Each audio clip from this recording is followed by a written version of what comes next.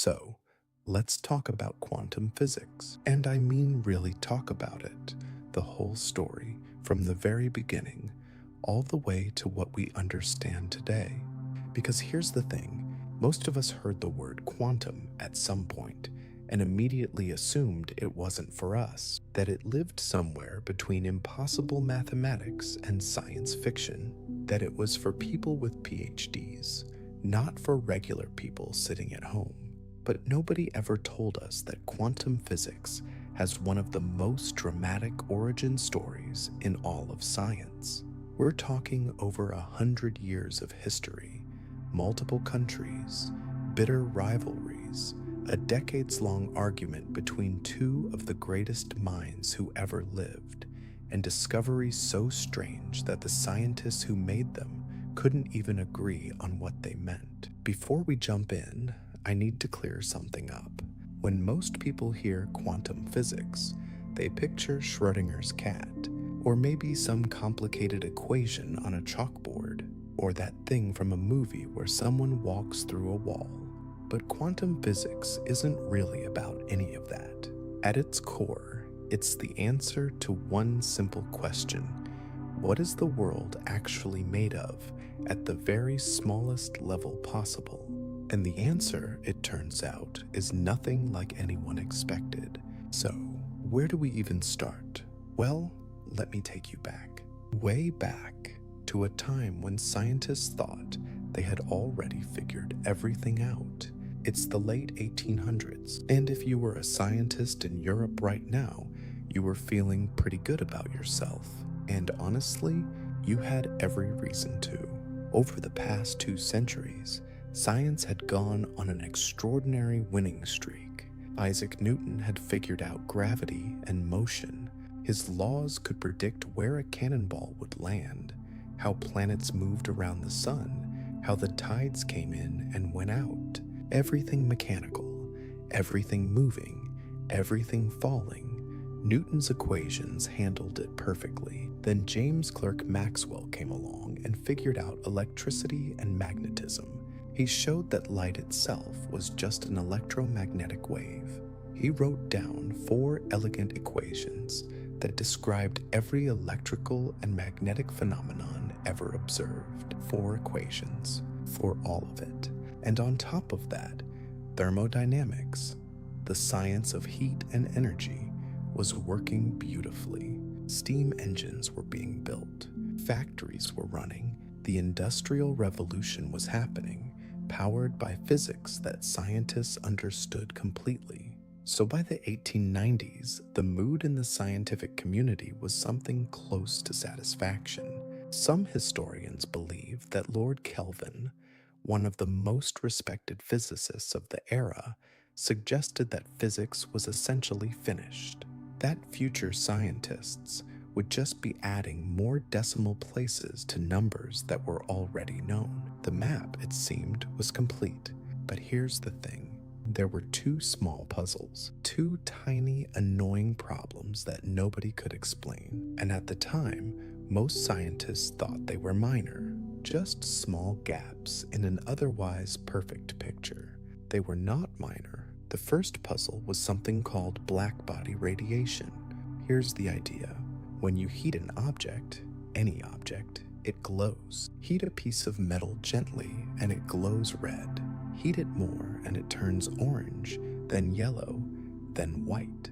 The color changes with temperature. This was well known, but when scientists tried to use classical physics to predict exactly how much energy a glowing object should emit at each color, the math went completely wrong. Think of it like this. Imagine a guitar string.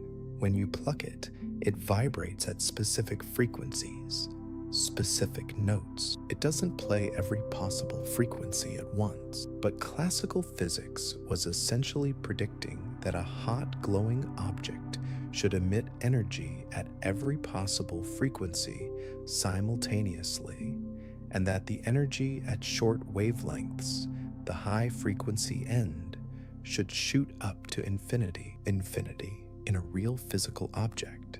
This was so obviously wrong that scientists gave it a name, They called it the ultraviolet catastrophe because the math catastrophically broke down at short wavelengths at the ultraviolet end of the spectrum. Classical physics had no answer. Every formula they tried either fit the short wavelengths or the long wavelengths, never both. The data and the theory simply would not agree. The second puzzle was hydrogen spectral lines. When you heat hydrogen gas until it glows and then pass that light through a prism, something strange happens. Instead of a smooth rainbow of all colors, you get a handful of very specific colored lines. Bright red, bright blue-green, a couple of violet lines. That's it. Only those colors. Nothing in between. And here's what made it maddening. Those lines followed a precise mathematical pattern. A Swiss school teacher named Johann Balmer figured out a formula in 1885 that predicted exactly where those lines would appear. The formula worked perfectly, but nobody, not Balmer, not anyone, had any idea why. Why would hydrogen only emit those specific colors? Why those exact wavelengths and not others? What was happening inside the atom to produce this pattern? Classical physics had no answer for this either. And then there was the atom itself, which was turning out to be far stranger than anyone expected. In 1897, a British physicist named J.J. Thomson discovered the electron. Something was inside the atom. Atoms weren't the smallest thing after all. They had parts, tiny negatively charged particles buzzing around inside them. Then in 1909, Ernest Rutherford did something that should have been straightforward. He fired tiny positively charged particles at a thin sheet of gold foil, expecting them to pass straight through with minor deflections. Like shooting bullets through tissue paper. Most of them did pass straight through, but some of them bounced straight back. Rutherford later said it was like firing artillery shells at tissue paper and having them come back and hit you. He was astonished. The only explanation was that almost all of the atom's mass was concentrated in a tiny, incredibly dense nucleus at the center, with electrons somehow orbiting around it at a distance, like a miniature solar system with vast empty space in between. It was a beautiful image. A tiny solar system inside every atom. There was just one problem. Classical physics said it was impossible.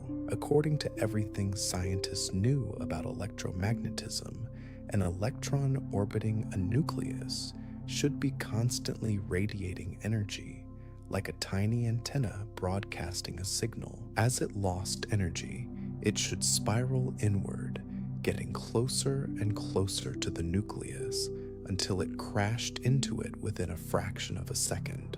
Every atom in the universe should have collapsed long ago, and yet here you are, reading this, made of atoms that are somehow still intact.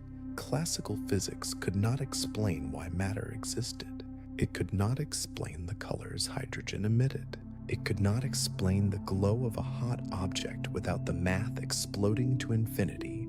3 problems, 3 complete failures. But here's what's wild about this moment. Most scientists still thought these were small puzzles, gaps to be filled, details to be worked out. They had no idea that filling those gaps would require throwing out everything they thought they knew about reality. And the person who fired the first shot, completely by accident and very much against his will, was a formal, deeply conservative German professor who just wanted to fix one small equation. Enter Max Planck. And if you had to pick the least likely person to start a scientific revolution, it might be him. Planck was everything a revolutionary is not. He was formal, he was conservative, he was deeply religious, deeply traditional, and deeply committed to the established order of things. He wore 3-piece suits. He followed rules. He believed in the slow, careful accumulation of knowledge, not dramatic overturning of it. He was also, by the late 1890s, one of Germany's most respected physicists, a professor in Berlin, a man who had spent years working on thermodynamics and the theory of heat. Careful work, methodical work, the kind of work that built reputations without making enemies. And in 1894, he turned his attention to the blackbody radiation problem. This was, he thought, a contained problem, a mathematical puzzle that needed a better formula.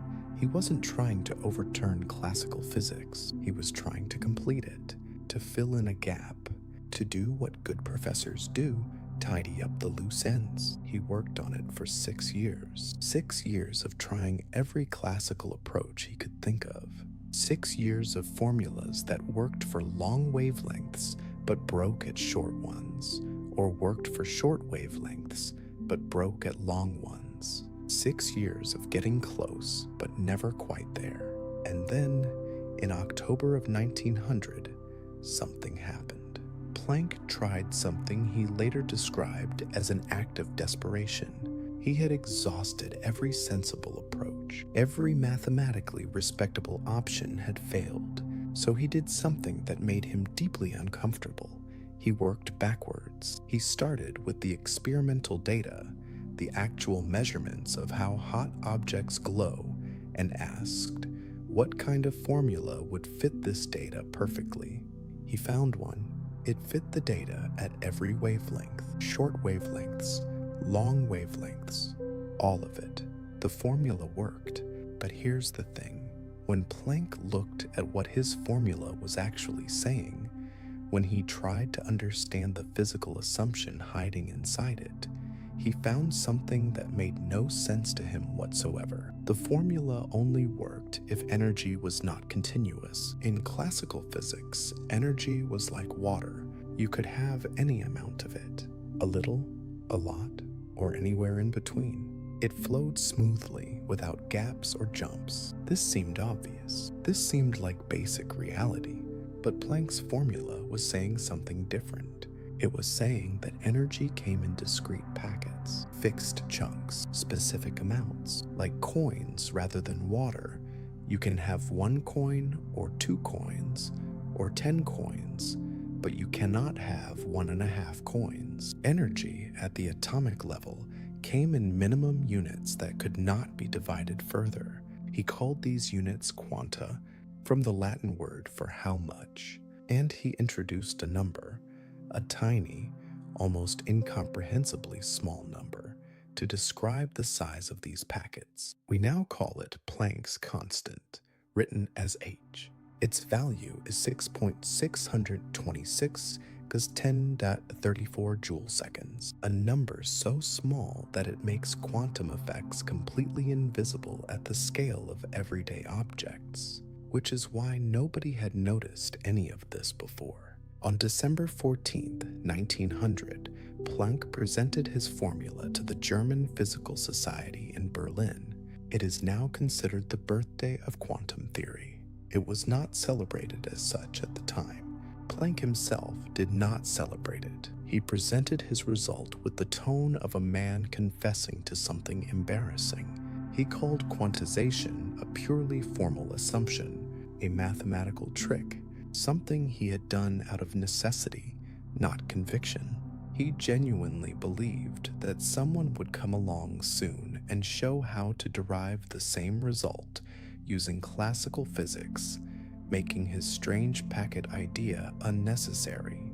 That someone never came because the packets were real.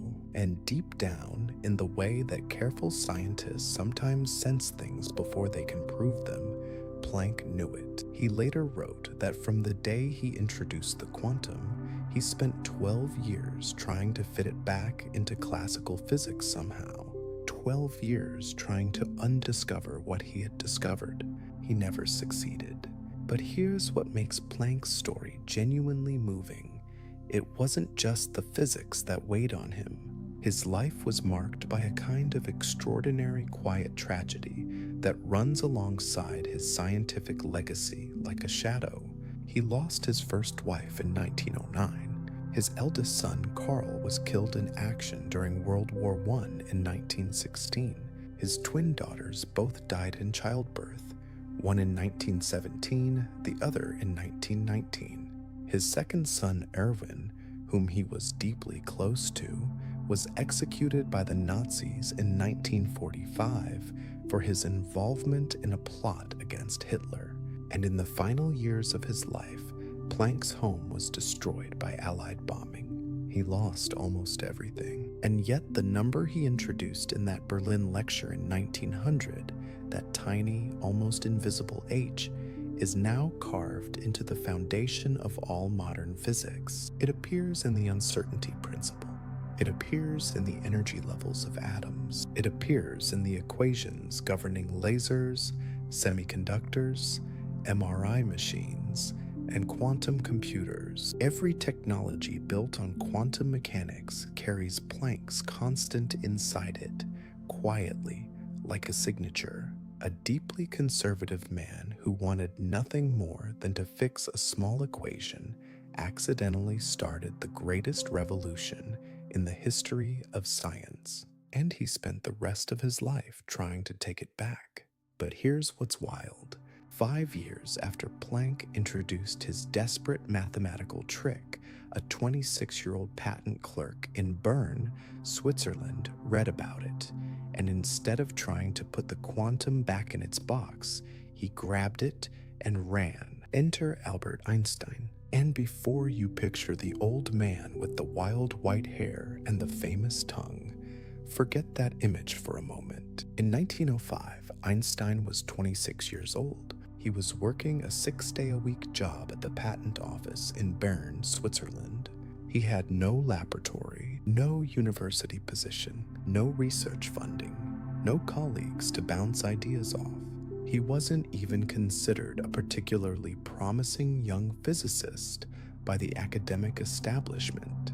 He'd struggled to find a university job after graduating and had taken the patent clerk position out of necessity. In his spare time, in the evenings and on weekends, he did physics, and in the year 1905, in what historians now call his annus mirabilis, his miracle year, Albert Einstein published 4 scientific papers that between them reshaped our understanding of space, time, matter, energy, and light. 4 papers. 1 year, working alone, from a patent office in Switzerland.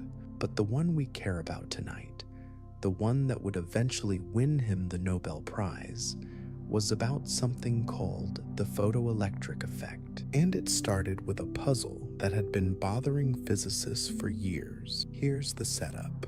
If you shine light onto certain metals, electrons get knocked out of the metal's surface. This was known. It had been observed experimentally. The phenomenon was called the photoelectric effect. What didn't make sense was how it worked. Classical physics said that light was a wave, and waves carry energy. So logically, if you shone a brighter light, a more intense wave, onto the metal, it should knock out more electrons and knock them out with more energy. More wave, more effect. That's how waves work. But that's not what happened. What actually happened was this. If you shone light of the wrong color onto the metal, even extremely bright light, even blindingly intense light, nothing happened. No electrons came out. 0. If you then switched to light of the right color, even very dim light, barely a whisper of it, electrons immediately started flying out. It wasn't about brightness. It was about color, about frequency, and there was something else. The energy of the electrons that came out didn't depend on how bright the light was. It only depended on the color. More brightness just meant more electrons, not faster ones. Classical wave theory had absolutely no explanation for any of this. None. If light was a smooth, continuous wave, none of these results made any sense. Einstein read this, and then he did something that took real intellectual courage. He took Planck's quantum, that desperate mathematical trick that Planck himself didn't fully believe in, And he extended it one radical step further. Planck had said that energy was emitted in packets. Einstein said something bigger. He said that light itself was made of packets. That light didn't just come in quanta when it was emitted. Light was quanta all the time, traveling through space as discrete particles of energy. He called them light quanta. We now call them photons. And with that single idea, the photoelectric effect made perfect sense. Think of it like a coin-operated machine.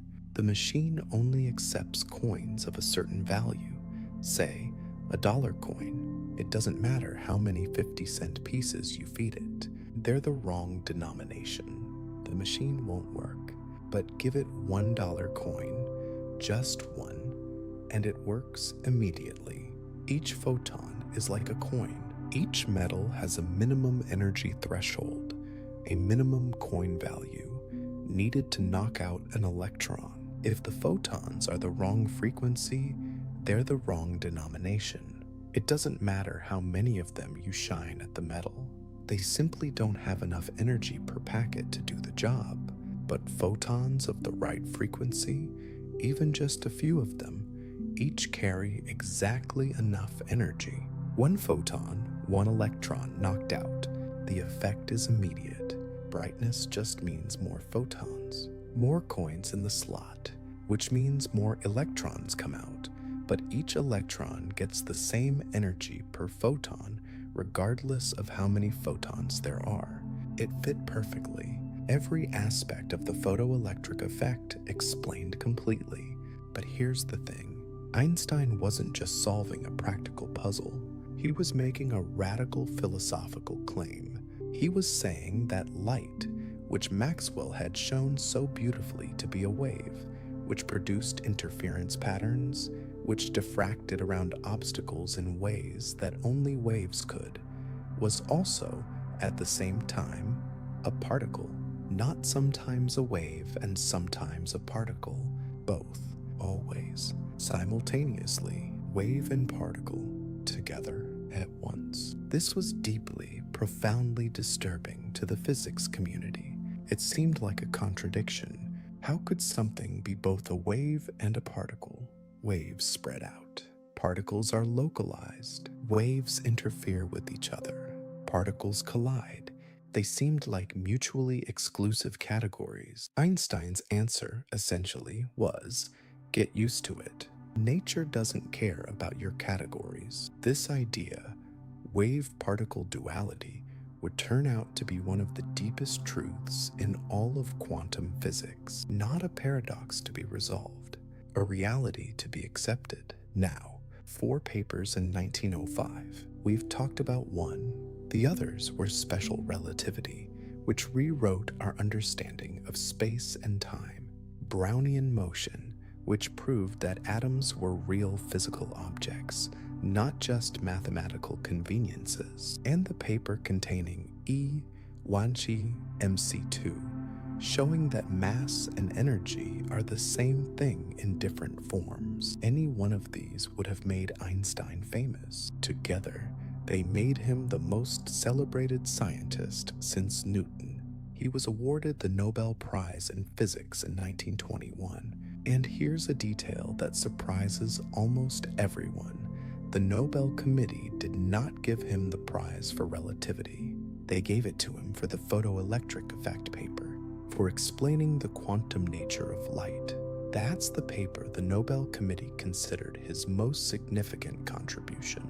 But here's the deep irony that starts here and runs through the rest of this entire story. Einstein had taken Planck's quantum and extended it.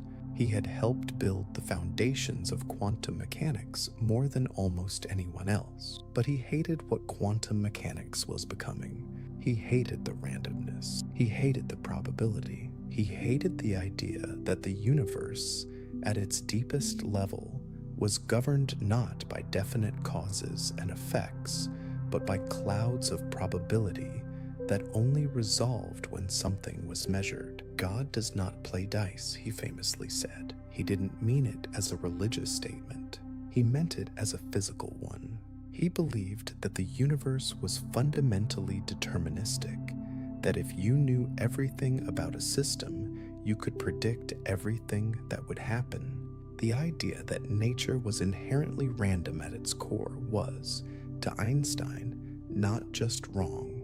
It was offensive to his deepest instincts about how reality should work, and he spent the next 30 years of his life trying to prove that quantum mechanics was incomplete. He never succeeded. But that battle between Einstein and the quantum physicists, between determinism and probability, between the universe as a machine and the universe as a fog, is one of the greatest intellectual dramas in the history of human thought. And it was just getting started, because in Copenhagen, Denmark, a warm, pipe-smoking physicist named Niels Bohr had just applied the quantum to the atom itself, and what he found explained something that had puzzled scientists for decades. Enter Niels Bohr. And if Einstein was the lone genius working in isolation, Bohr was something entirely different. He was a builder of communities, a gatherer of minds, a man who did his best thinking out loud in conversation, pacing around a room, talking through ideas with whoever would listen. He was warm, generous, endlessly patient, and possessed of a philosophical depth that made him not just a great physicist, but a great thinker about what physics actually meant. He was also, in 1913, about to solve one of the most stubborn puzzles in atomic physics. But to understand what Bohr did, you need to understand the problem he was walking into. Rutherford's gold foil experiment had given the world a picture of the atom, a tiny, dense nucleus at the center with electrons orbiting around it at a vast relative distance, like planets around a sun. It was elegant, it was visual, it felt right, and according to classical physics, it was completely impossible. Here's why. An electron orbiting a nucleus is a charged particle moving in a curved path, and classical electromagnetism, Maxwell's equations, the same ones that had worked perfectly for everything else, were absolutely clear on what happens to a charged particle moving in a curved path. It radiates energy continuously, like a tiny antenna broadcasting a signal into space. As the electron radiated energy, it would slow down. As it slowed down, it would spiral inward, pulled closer to the nucleus. Calculations showed that this process would take roughly 1/100th of a nanosecond, a fraction of a second. And then the electron would crash into the nucleus, the atom would collapse, and matter as we know it would cease to exist. According to classical physics, every atom in your body should have collapsed approximately 13.8 billion years ago.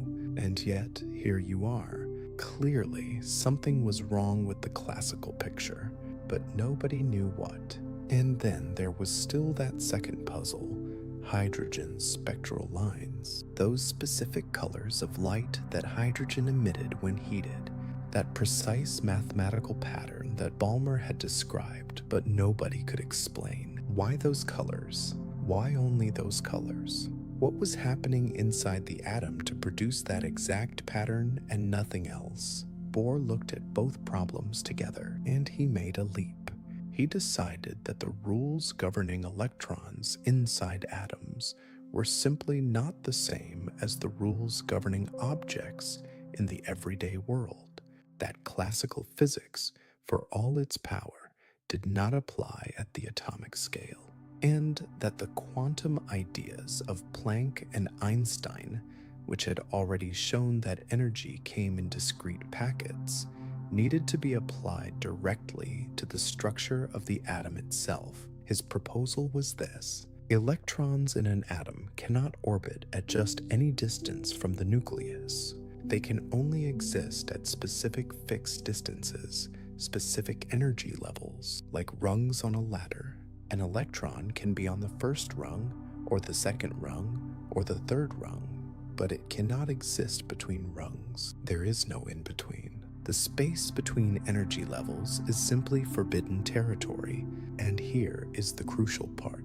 As long as an electron stays on its rung, it does not radiate energy. It does not spiral inward. It simply stays there, stable, indefinitely.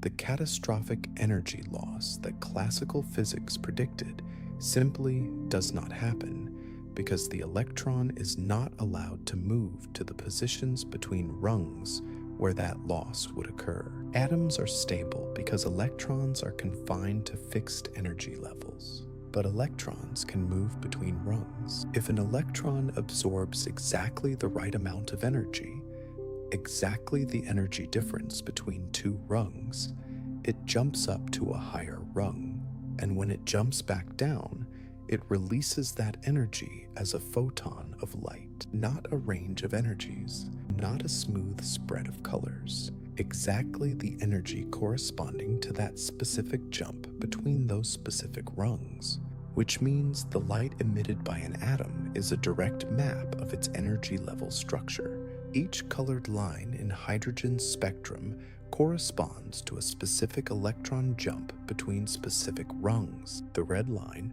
one jump. The blue-green line, another jump.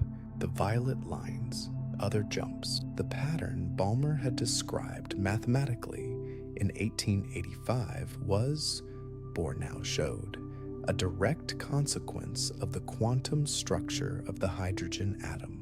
The formula fit perfectly. Every line in hydrogen's spectrum accounted for, every color explained. It was one of the most satisfying moments in the history of physics, a mystery that had sat unanswered for nearly 30 years, solved in one conceptual leap. But here's the thing. Bohr knew his model was incomplete. He knew it worked beautifully for hydrogen. One electron, one nucleus, relatively simple. But when he tried to apply the same ideas to helium, two electrons, the model broke down. The predictions didn't match the observations. Something deeper was needed. Some more fundamental theory that Bohr's model was only approximating. He said so openly. That was characteristic of Bohr. He never oversold his results. He was always more interested in what the results meant and what they pointed toward than in claiming more than he could prove. And what they pointed toward was this: the concept of a quantum leap, which has entered everyday language to mean something large and dramatic, actually refers to the smallest, most sudden transition imaginable. An electron jumping between energy levels doesn't travel through the space between them. It doesn't gradually move. It is on one rung and then instantaneously it is on another. No journey, no path, just a discontinuous jump from one state to another. That's a quantum leap. Tiny, instantaneous, nothing in between. In 1916, Bohr established his Institute for Theoretical Physics in Copenhagen, and it became something extraordinary, not just a research center, but an intellectual home for the entire quantum physics community. Young physicists from across Europe and beyond came to Copenhagen to work, to argue, to think. Bohr hosted them, fed them, debated with them endlessly. He was famous for talking through a problem from every possible angle before committing to any position. His colleagues joked that he never used one word where 10 would do. But the Copenhagen Institute became something else too, something more urgent in the years that followed. As political darkness spread across Europe in the 1930s, Bohr used his institute as a refuge.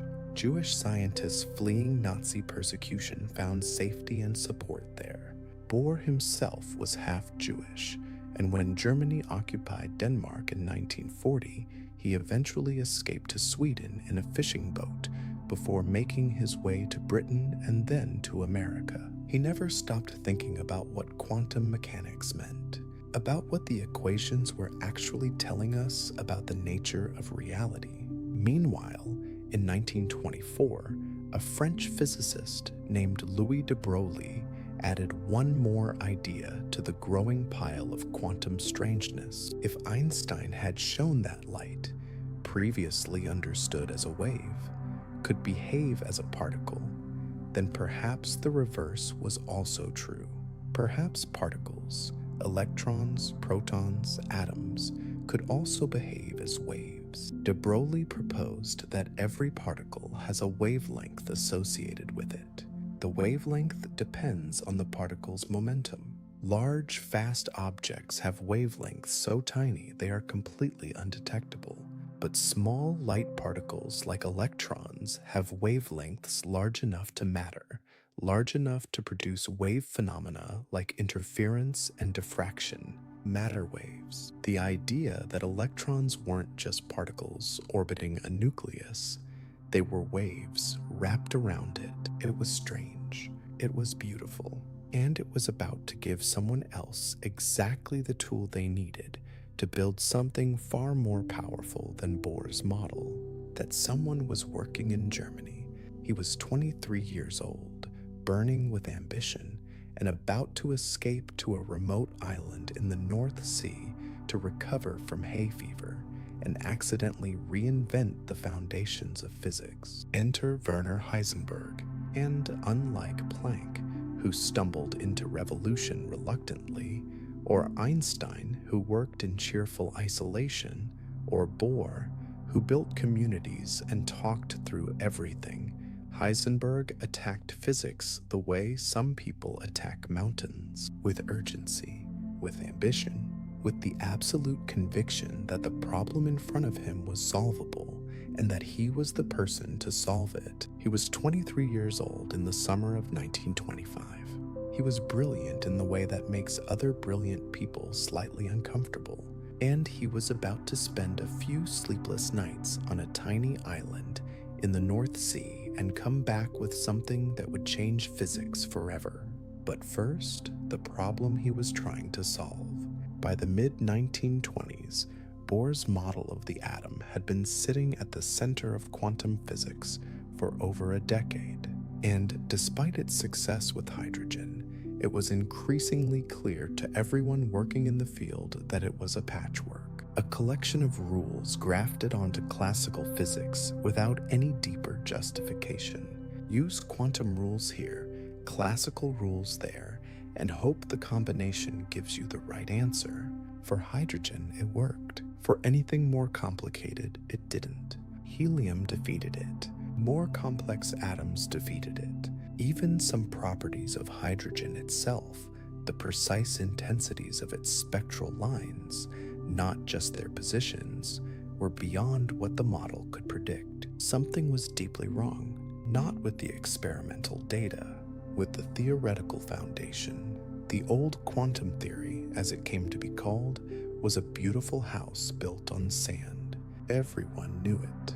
Nobody knew what to build instead. Heisenberg had been thinking about this for months, working with Bohr in Copenhagen, arguing, pacing, pushing at the edges of what the theory could do and watching it fail. And somewhere in that process, he arrived at a philosophical position that was radical in its simplicity. The problem, he decided, was that physicists kept talking about things they could not observe: electron orbits, trajectories, the path an electron takes as it moves around a nucleus. These were the building blocks of Bohr's model, and nobody had ever seen any of them. Nobody had ever observed an electron orbit. Nobody had ever watched an electron travel from one point to another inside an atom. These were pictures, mental images, stories physicists told themselves to make the math feel intuitive. But if you couldn't observe it, if it left no trace, produced no measurement, made no detectable difference to anything, then maybe it simply wasn't a legitimate part of physics. Maybe talking about electron orbits was like talking about how many angels could fit on the head of a pin. A question that sounded meaningful but wasn't. Heisenberg decided to throw it all away. No orbits, no trajectories. no electron paths, no pictures at all.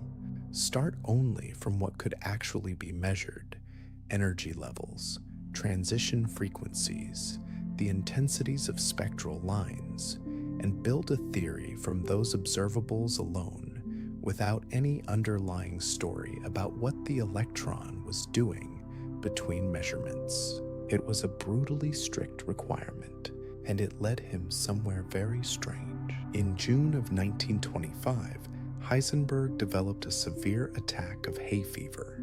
His face swelled up. He could barely see. Unable to work in Göttingen, he asked his supervisor for 2 weeks off and traveled to Heligoland, a tiny rocky island in the North Sea, about 70 kilometers off the German coast. Just a handful of square kilometers of red sandstone cliffs, clean air, and almost no people. He took his physics with him. During the day, he walked, swam in the cold North Sea water, climbed the cliffs, and let his hay fever subside. In the evenings, he sat alone in his rented room and worked on his equations. He was trying to build a mathematical framework that described atomic transitions, the jumps between energy levels, using only measurable quantities, no orbits, no pictures, just numbers. The mathematics he was developing was unusual. Instead of ordinary numbers and equations, he found himself working with arrays of numbers arranged in tables. Each table represented a physical quantity: position, momentum, energy, and the tables had a strange property that ordinary numbers don't have. When you multiply two ordinary numbers together, the order doesn't matter. 3 times 5 is the same as 5 times 3. This seems so obvious it barely needs saying. But when Heisenberg multiplied his tables together, the order did matter. The table representing position multiplied by the table representing momentum gave a different result than the table representing momentum multiplied by the table representing position. Position times momentum was not equal to momentum times position. Heisenberg found this deeply troubling at first. It seemed like a mathematical defect, something going wrong in the calculation. He checked his work over and over, looking for an error. There was no error. The non-commutativity, as mathematicians call it, was real. And as he sat with it, turning it over in his mind during those long Heligoland evenings, he began to sense that it wasn't a defect at all. It was a signal. The mathematics was trying to tell him something about the physical world. He wasn't sure yet what.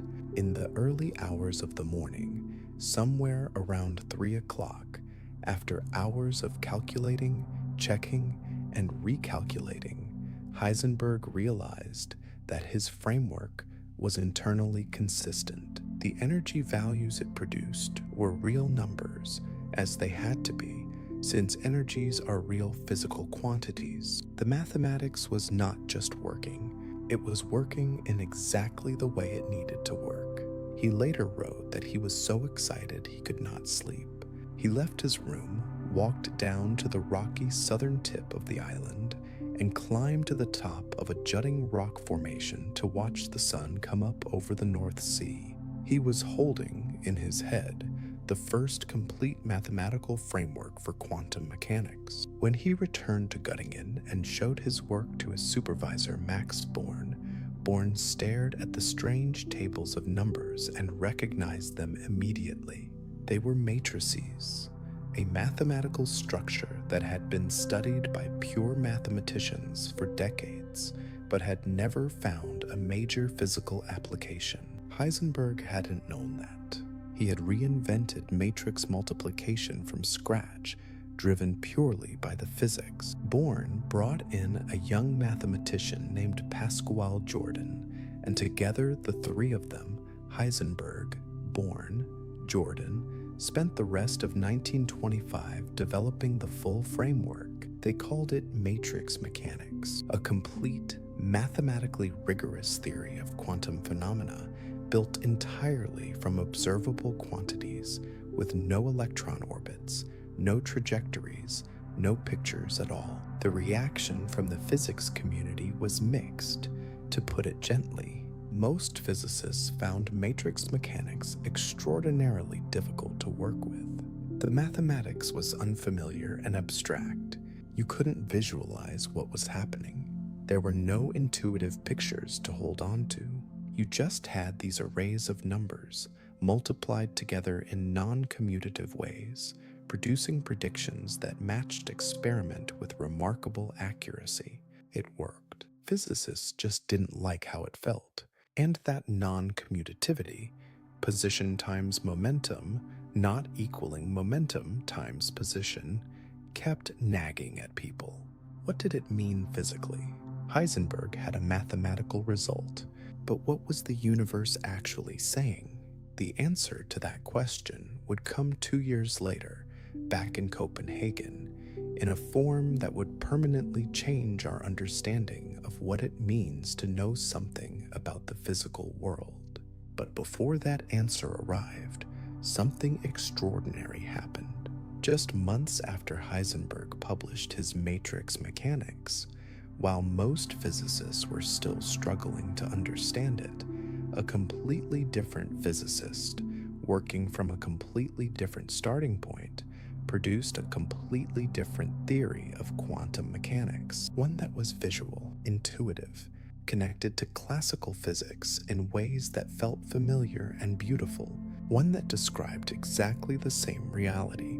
He was Austrian, philosophical, and deeply romantic about the nature of waves. And he developed his theory not in a Spartan island room with hay fever and salt air, but in a warm ski chalet in the Alps over the Christmas holidays, in considerably more comfortable circumstances. Enter Erwin Schrödinger, and his story comes with a ski holiday, a wave equation, a bitter rivalry, and a cat that is simultaneously alive and dead, but we'll get to the cat later.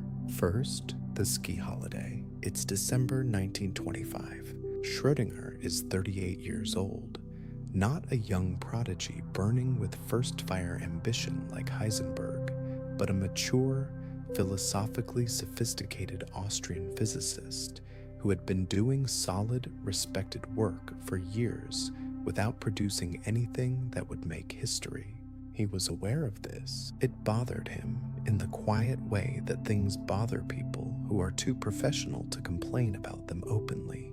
He had read de Broglie's paper about matter waves, the idea that particles like electrons had wavelengths associated with them, that they behaved in some sense like waves, and something about this idea resonated with him deeply. Schrödinger had grown up intellectually in the tradition of classical wave physics. He understood waves. He loved waves. Waves made sense to him in a way that Heisenberg's abstract matrices emphatically did not. When he read Heisenberg's matrix mechanics, his reaction was not admiration, it was irritation. He found the framework, with its tables of numbers and its complete absence of any physical picture, deeply unsatisfying, almost offensive, in the way that a person who loves elegant prose finds bureaucratic language offensive.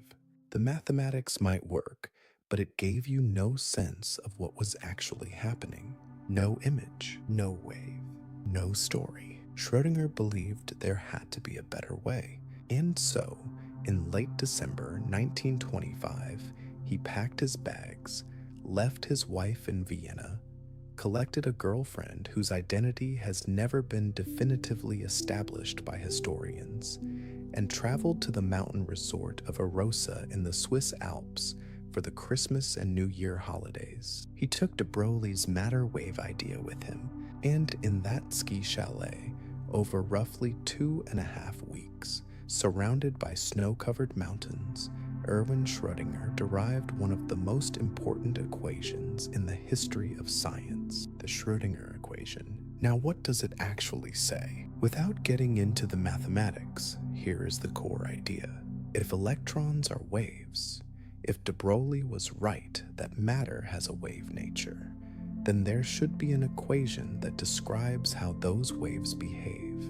just as there are wave equations for sound waves, for water waves, for electromagnetic waves, there should be a wave equation for matter waves, an equation that tells you how the wave evolves over time, how it spreads, how it responds to forces, what it does in different physical situations. Schrödinger wrote down that equation. It was elegant.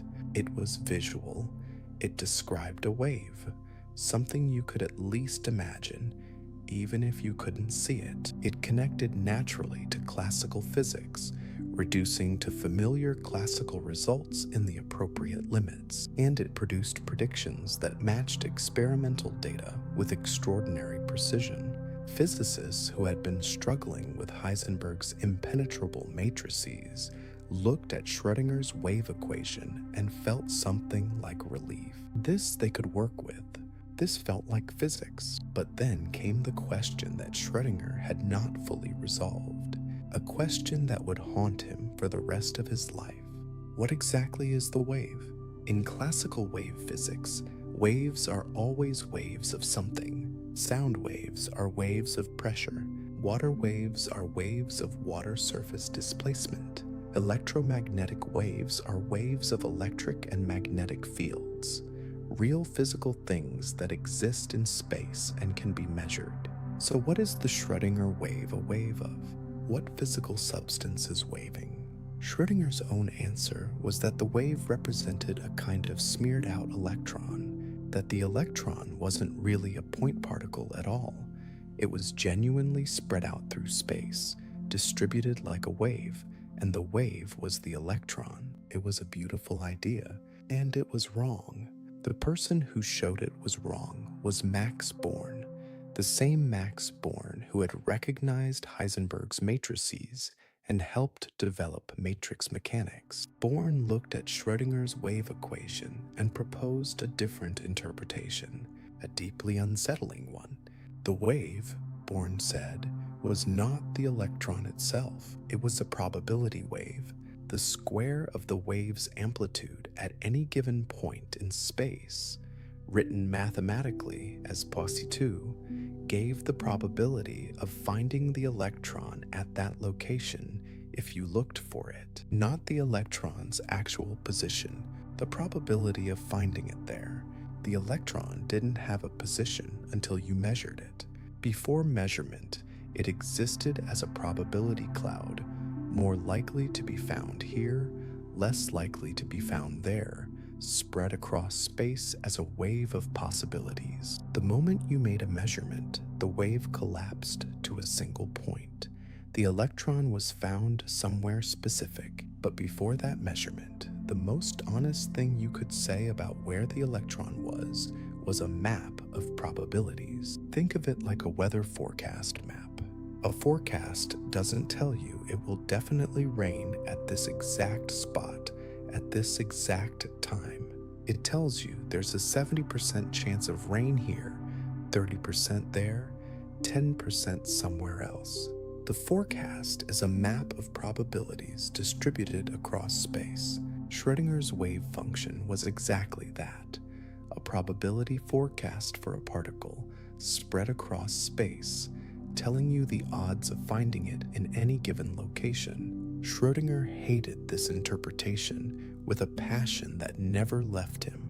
He had wanted a real wave, a physical wave, something concrete and visualizable that replaced the point particle with something smoother and more classical. Instead, Born had turned his beautiful equation into a calculator of probabilities. The wave wasn't real. It was information, a description of our knowledge or our ignorance about where the particle actually was. To Schrödinger, this felt like a betrayal of everything physics should be doing. He later said, famously, that if he had known his equation would be interpreted this way, he might not have published it. He had given the quantum revolution its most powerful mathematical tool, and spent the rest of his life arguing against what that tool was being used to say about reality. Now, here is one of the most remarkable facts in the history of physics. In the space of less than a year, From the summer of 1925 to the spring of 1926, two completely different physicists had produced two completely different theories of quantum mechanics. Heisenberg's matrix mechanics and Schrödinger's wave mechanics. Different mathematics, different starting points, different physical pictures, developed by men who worked differently, thought differently, and frankly, didn't much like each other. Heisenberg found Schrödinger's wave mechanics physically naive. Schrödinger found Heisenberg's matrix mechanics ugly and unintuitive. The feeling was mutual and undisguised. And then, in 1926, it was proven mathematically that the two theories were completely equivalent. Every prediction that could be derived from matrix mechanics could also be derived from wave mechanics, and vice versa. They were not competing theories. They were two different mathematical descriptions of exactly the same physical reality, two paths up the same mountain, arriving at exactly the same summit. This was both beautiful and slightly maddening. Beautiful because it revealed a deep underlying unity. Maddening because it meant that the question of which picture was more physically correct simply didn't have an answer. Both pictures worked. Neither picture was complete. What the wave function really was, what it meant physically, what it said about the nature of reality, remained deeply contested. And the electrons inside every atom, it turned out, didn't orbit the nucleus in neat circular paths at all. They existed as probability clouds, fuzzy spread out distributions of likelihood, wrapping around the nucleus in shapes determined by the wave equation. The neat planetary orbits of Bohr's model were replaced by something stranger and more accurate, standing waves of probability, sometimes spherical, sometimes shaped like dumbbells or rings or more complex geometries, occupying the space around the nucleus like a three-dimensional fog. Orbitals, physicists call them, not orbits. The distinction matters. An orbit is a path. An orbital is a region of probability.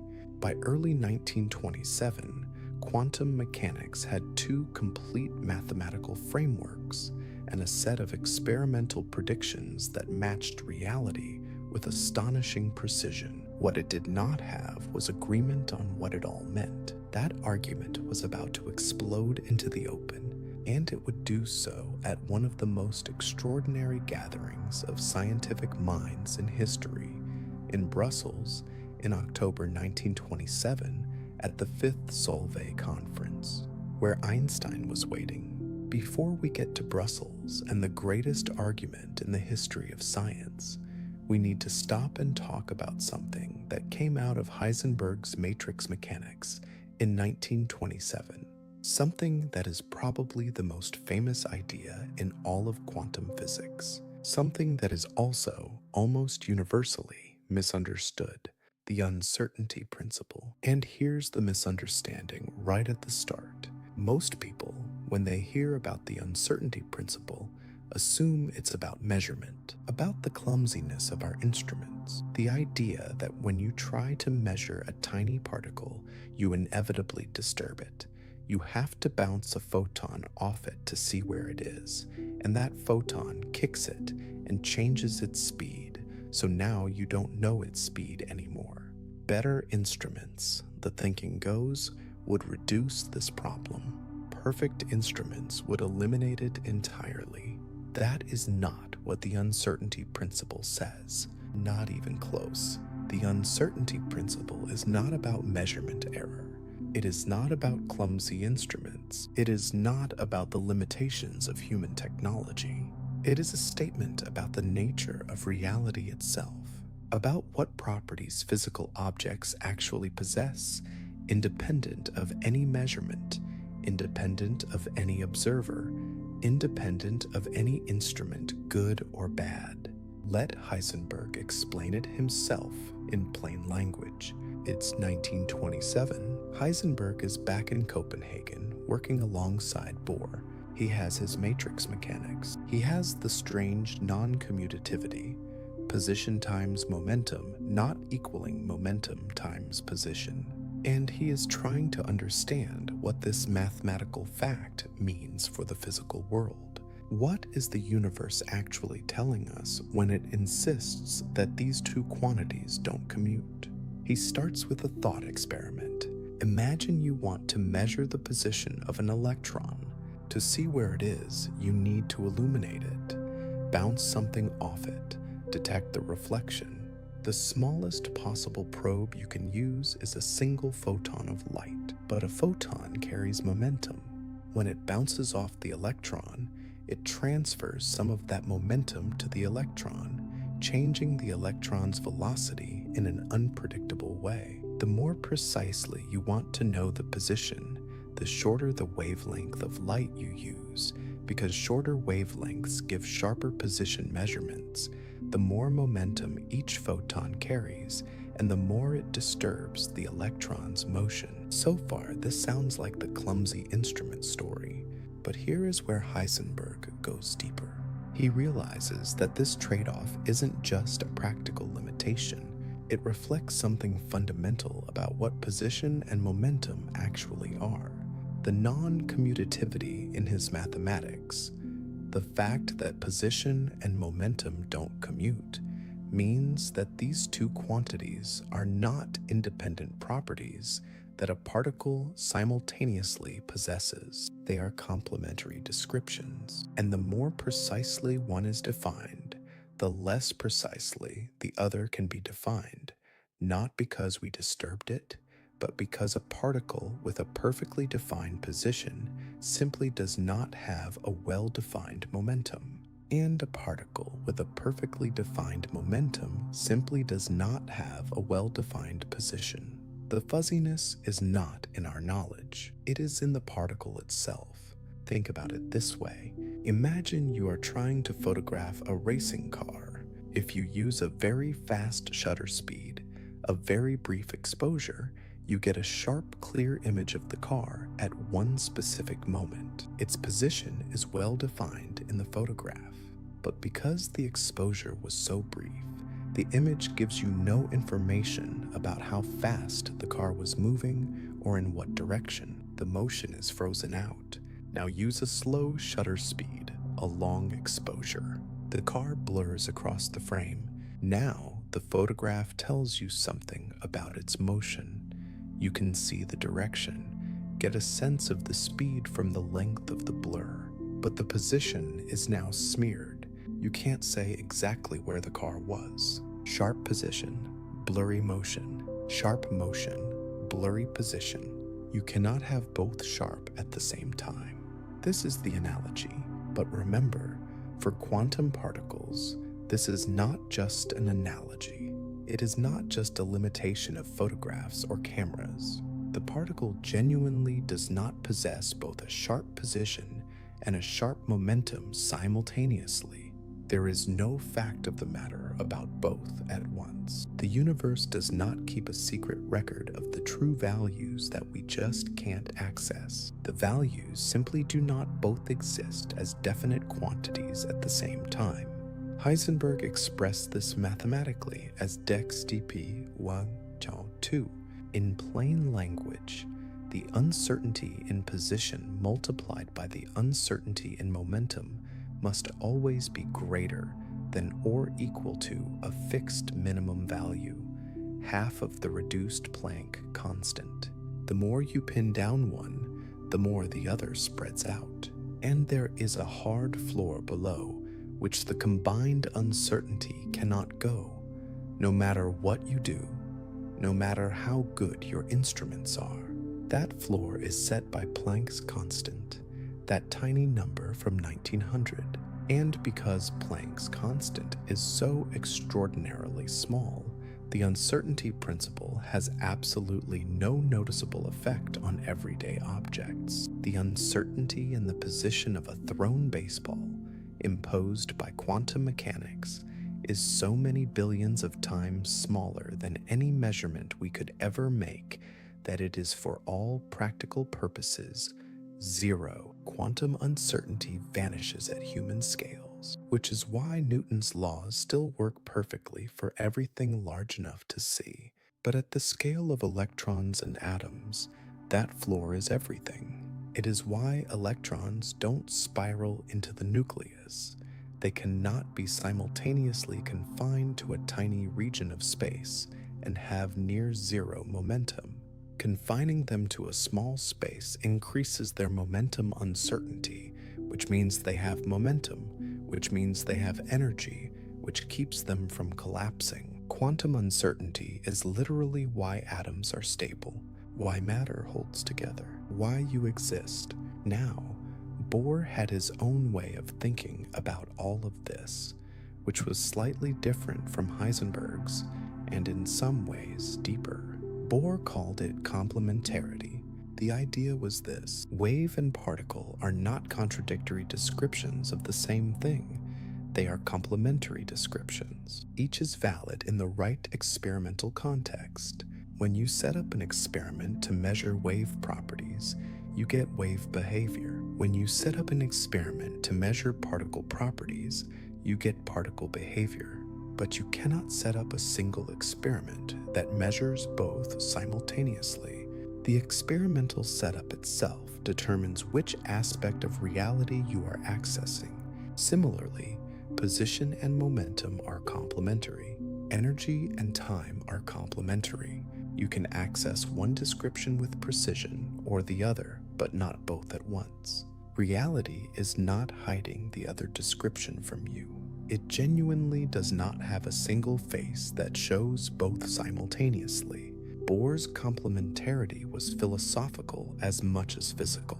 He was saying that our classical concepts, position, momentum, wave, particle, were human constructs that worked beautifully in the everyday world, but were simply not adequate to fully describe quantum reality. We had to use them one at a time, knowing that each gave only a partial picture. And briefly, because it belongs here, there is one more quantum rule worth mentioning: the Pauli exclusion principle, formulated by Wolfgang Pauli in 1925. It states that no two electrons can occupy exactly the same quantum state simultaneously. Same energy level, same spin, same everything. Impossible. Two electrons can share an energy level only if they have opposite spins. This one rule, which follows from the deep mathematics of quantum mechanics, is responsible for the entire structure of the periodic table of elements, for the fact that atoms have distinct chemical properties, for the fact that matter is solid and doesn't just collapse through itself.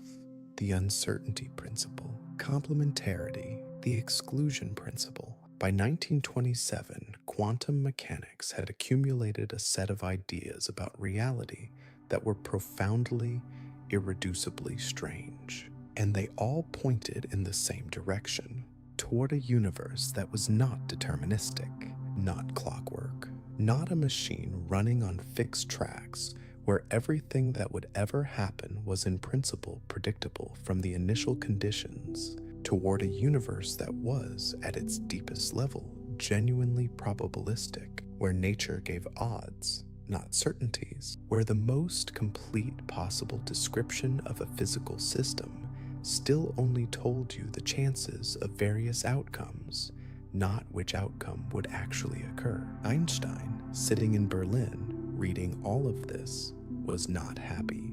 And in October 1927 in Brussels, he was going to say so, loudly, cleverly, repeatedly, for the next 20 years. Brussels, October 1927, the 5th Solvay Conference. And if you could somehow travel back in time and walk into the lecture hall of the Institut International de Physique Solvay on the opening morning, you would be standing in the most extraordinary concentration of scientific genius ever assembled in a single room. There was Einstein, Bohr, Planck, Schrödinger, Heisenberg, Born, Pauli, Dirac, Lorentz, de Broglie, Marie Curie, 29 of the world's greatest physicists gathered in Brussels to discuss the newly formulated quantum mechanics and what it meant for our understanding of reality. Of the 29 attendees, 17 had won or would go on to win the Nobel Prize.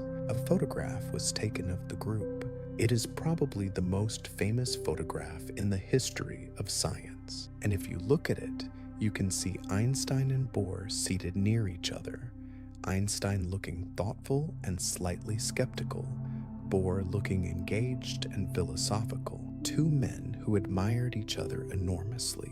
Two men who were about to begin an argument that would last for the rest of their lives. The mathematics of quantum mechanics by October 1927 was essentially settled. Heisenberg's matrix mechanics and Schrödinger's wave equation had been shown to be equivalent. Born's probabilistic interpretation of the wave function had been proposed. The uncertainty principle had been formulated.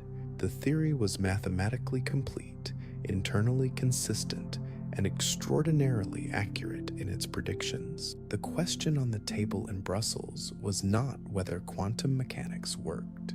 It was what it meant, and on that question, Einstein and Bohr stood at opposite poles. Bohr's position, which became known as the Copenhagen interpretation, named after his institute, was something like this. Quantum mechanics is a complete description of physical reality. The wave function tells you everything there is to know about a system.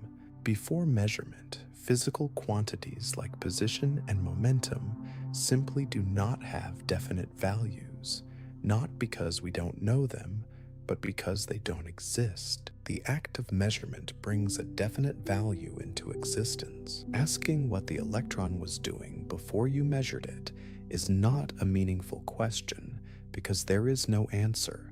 There was no definite thing it was doing. Reality at the quantum level is created by observation.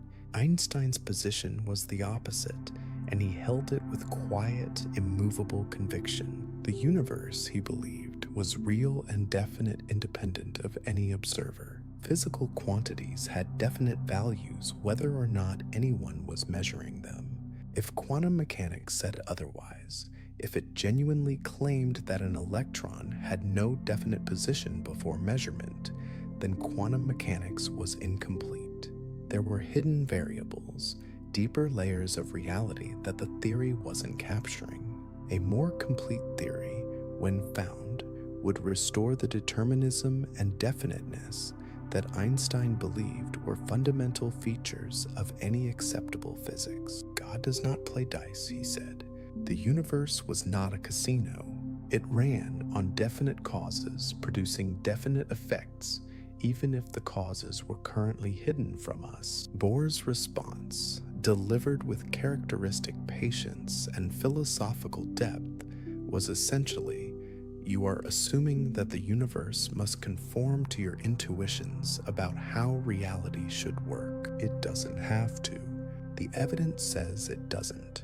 The debate began in the lecture sessions and continued at breakfast, at dinner, on walks through the Brussels streets. Other physicists watched, fascinated and slightly awed. Heisenberg later described the dynamic. During the day, in the formal sessions, the discussion was broad and inclusive. But in the evenings, Einstein would produce a new thought experiment, a clever, carefully constructed scenario designed to show that the uncertainty principle could be violated, that quantum mechanics was incomplete, that definite values could be assigned to supposedly uncertain quantities. And every morning, Bohr would come back with a refutation, every single time. One of the most famous exchanges happened not at the 1927 conference, but at the 1930 Solvay conference, 3 years later. Einstein arrived with what he considered his most powerful challenge yet. He described a box with a hole in one wall controlled by a shutter. Inside the box was radiation, a collection of photons. At a precisely controlled moment, the shutter would open for exactly long enough to let exactly one photon escape. Einstein argued that you could then weigh the box before and after the photon escaped with arbitrary precision. The difference in weight through E, mc2, would give you the energy of the photon with arbitrary precision. And since you knew exactly when the shutter opened, you also knew the time of the photon's escape with arbitrary precision. Energy known precisely, time known precisely, the uncertainty principle, which says energy and time cannot both be known precisely, violated. Bohr was shaken, genuinely, visibly shaken.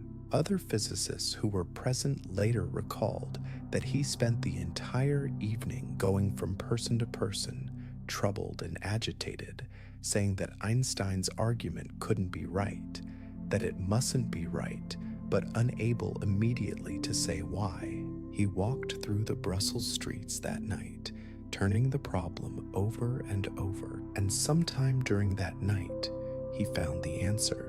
The answer came from Einstein's own theory of general relativity. To weigh the box, you had to measure its weight, which meant suspending it on a spring and reading a scale. But general relativity says that the rate at which a clock ticks depends on its position in a gravitational field.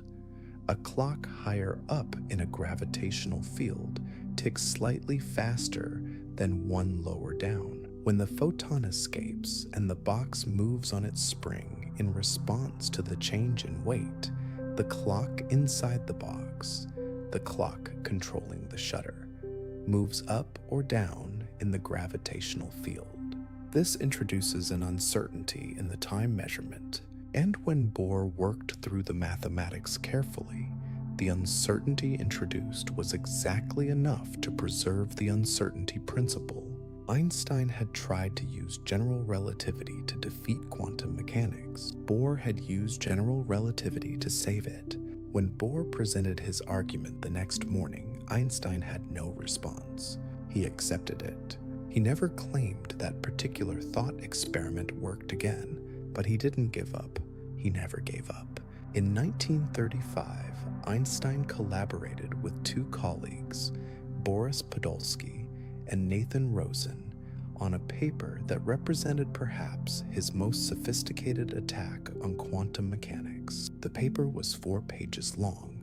It launched 90 years of experiments and debate. It is now known simply as the EPR paper, after its 3 authors. The argument went like this. Imagine 2 particles that interact and then fly apart in opposite directions, what quantum mechanics calls an entangled pair. Quantum mechanics says that before measurement, neither particle has a definite value for certain properties, like spin or polarization. They exist in a superposition of possibilities.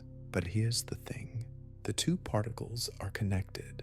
If you measure one particle and find it has a certain spin, say spin up, then the other particle, no matter how far away it is, must instantly have the opposite spin, spin down. The moment you measure one, you know the other instantly, regardless of the distance between them. Einstein found this deeply troubling. Either the measurement of one particle somehow instantaneously affected the other particle across any distance, which seemed to violate the principle that nothing could travel faster than light, or the particles had definite spin values all along, carried with them as hidden information, and quantum mechanics was simply failing to describe those values. He called the first option spooky action at a distance, and he found it absurd. Therefore, he argued, the second option must be correct.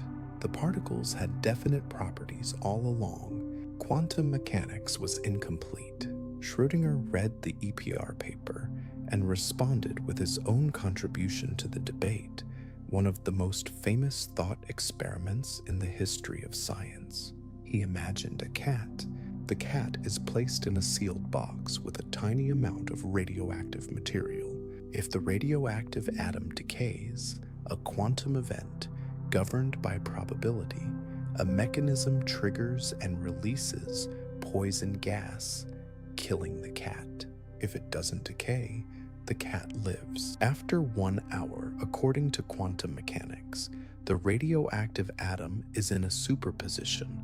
It has both decayed and not decayed simultaneously, which means the mechanism has both triggered and not triggered, which means the cat is both alive and dead simultaneously. The wave function of the entire system, atom, mechanism, poison, cat, is a superposition of two states until someone opens the box and looks. A cat that is both alive and dead. Schrödinger did not intend this as a celebration of quantum weirdness. He intended it as a reductio ad absurdum, a demonstration that the Copenhagen interpretation, taken seriously, led to conclusions so ridiculous that it must be wrong. Superposition might make sense for electrons, but a cat? The thought experiment backfired magnificently. Instead of discrediting superposition, it became the most famous illustration of it. Physicists and philosophers have been arguing about Schrödinger's cat ever since. Meanwhile, in the broader physics community, a pragmatic consensus was forming. Most working physicists decided that the philosophical questions, what does the wave function really mean? What is really happening before measurement? Is there a deeper reality beneath quantum mechanics? Were unanswerable and possibly meaningless. The theory worked. It made predictions. Those predictions matched experiments. That was enough. Shut up and calculate, as the attitude came to be summarized. Not an official slogan, but an accurate description of how most physicists chose to proceed. Einstein never adopted this attitude. For the last 20 years of his life, he worked on unified field theories, attempts to build a deeper, more complete description of nature that would restore the determinism and locality he believed the universe must possess. He died in 1955, still working, still convinced that quantum mechanics was incomplete, still unable to prove it. And Bohr, who outlived Einstein by 7 years, died in 1962 at his desk in Copenhagen, still thinking about the meaning of quantum mechanics, still defending the Copenhagen interpretation, still certain, in his philosophical way, that Einstein's demand for a deeper reality was a demand for something the universe was simply not obligated to provide. Neither man ever fully convinced the other, but here's what's wild. The argument they were having about hidden variables, about spooky action, about whether quantum mechanics was complete, turned out to be experimentally testable. Not in their lifetimes, but testable. And the man who figured out how to test it was a quiet Irish physicist that almost nobody outside of specialist circles had heard of, working at CERN in his spare time, on a problem most of his colleagues thought was philosophy, not physics. Brussels, October 1927, the 5th Solvay Conference. And if you could somehow travel back in time and walk into the lecture hall of the Institut International de Physique Solvay on the opening morning, you would be standing in the most extraordinary concentration of scientific genius ever assembled in a single room. There was Einstein, Bohr, Planck, Schrödinger, Heisenberg, Born, Pauli, Dirac, Lorentz, de Broglie, Marie Curie. 29 of the world's greatest physicists gathered in Brussels to discuss the newly formulated quantum mechanics and what it meant for our understanding of reality. Of the 29 attendees, 17 had won or would go on to win the Nobel Prize. A photograph was taken of the group. It is probably the most famous photograph in the history of science. And if you look at it, you can see Einstein and Bohr seated near each other, Einstein looking thoughtful and slightly skeptical, Bohr looking engaged and philosophical, two men who admired each other enormously, two men who were about to begin an argument that would last for the rest of their lives. The mathematics of quantum mechanics by October 1927 was essentially settled. Heisenberg's matrix mechanics and Schrödinger's wave equation had been shown to be equivalent. Born's probabilistic interpretation of the wave function had been proposed. The uncertainty principle had been formulated. The theory was mathematically complete, internally consistent, and extraordinarily accurate in its predictions. The question on the table in Brussels was not whether quantum mechanics worked. It was what it meant, and on that question, Einstein and Bohr stood at opposite poles. Bohr's position, which became known as the Copenhagen interpretation, named after his institute, was something like this. Quantum mechanics is a complete description of physical reality. The wave function tells you everything there is to know about a system. Before measurement, physical quantities like position and momentum simply do not have definite values, not because we don't know them, but because they don't exist. The act of measurement brings a definite value into existence. Asking what the electron was doing before you measured it is not a meaningful question because there is no answer. There was no definite thing it was doing. Reality at the quantum level is created by observation. Einstein's position was the opposite, and he held it with quiet, immovable conviction. The universe, he believed, was real and definite independent of any observer. Physical quantities had definite values whether or not anyone was measuring them. If quantum mechanics said otherwise, if it genuinely claimed that an electron had no definite position before measurement, then quantum mechanics was incomplete. There were hidden variables, deeper layers of reality that the theory wasn't capturing.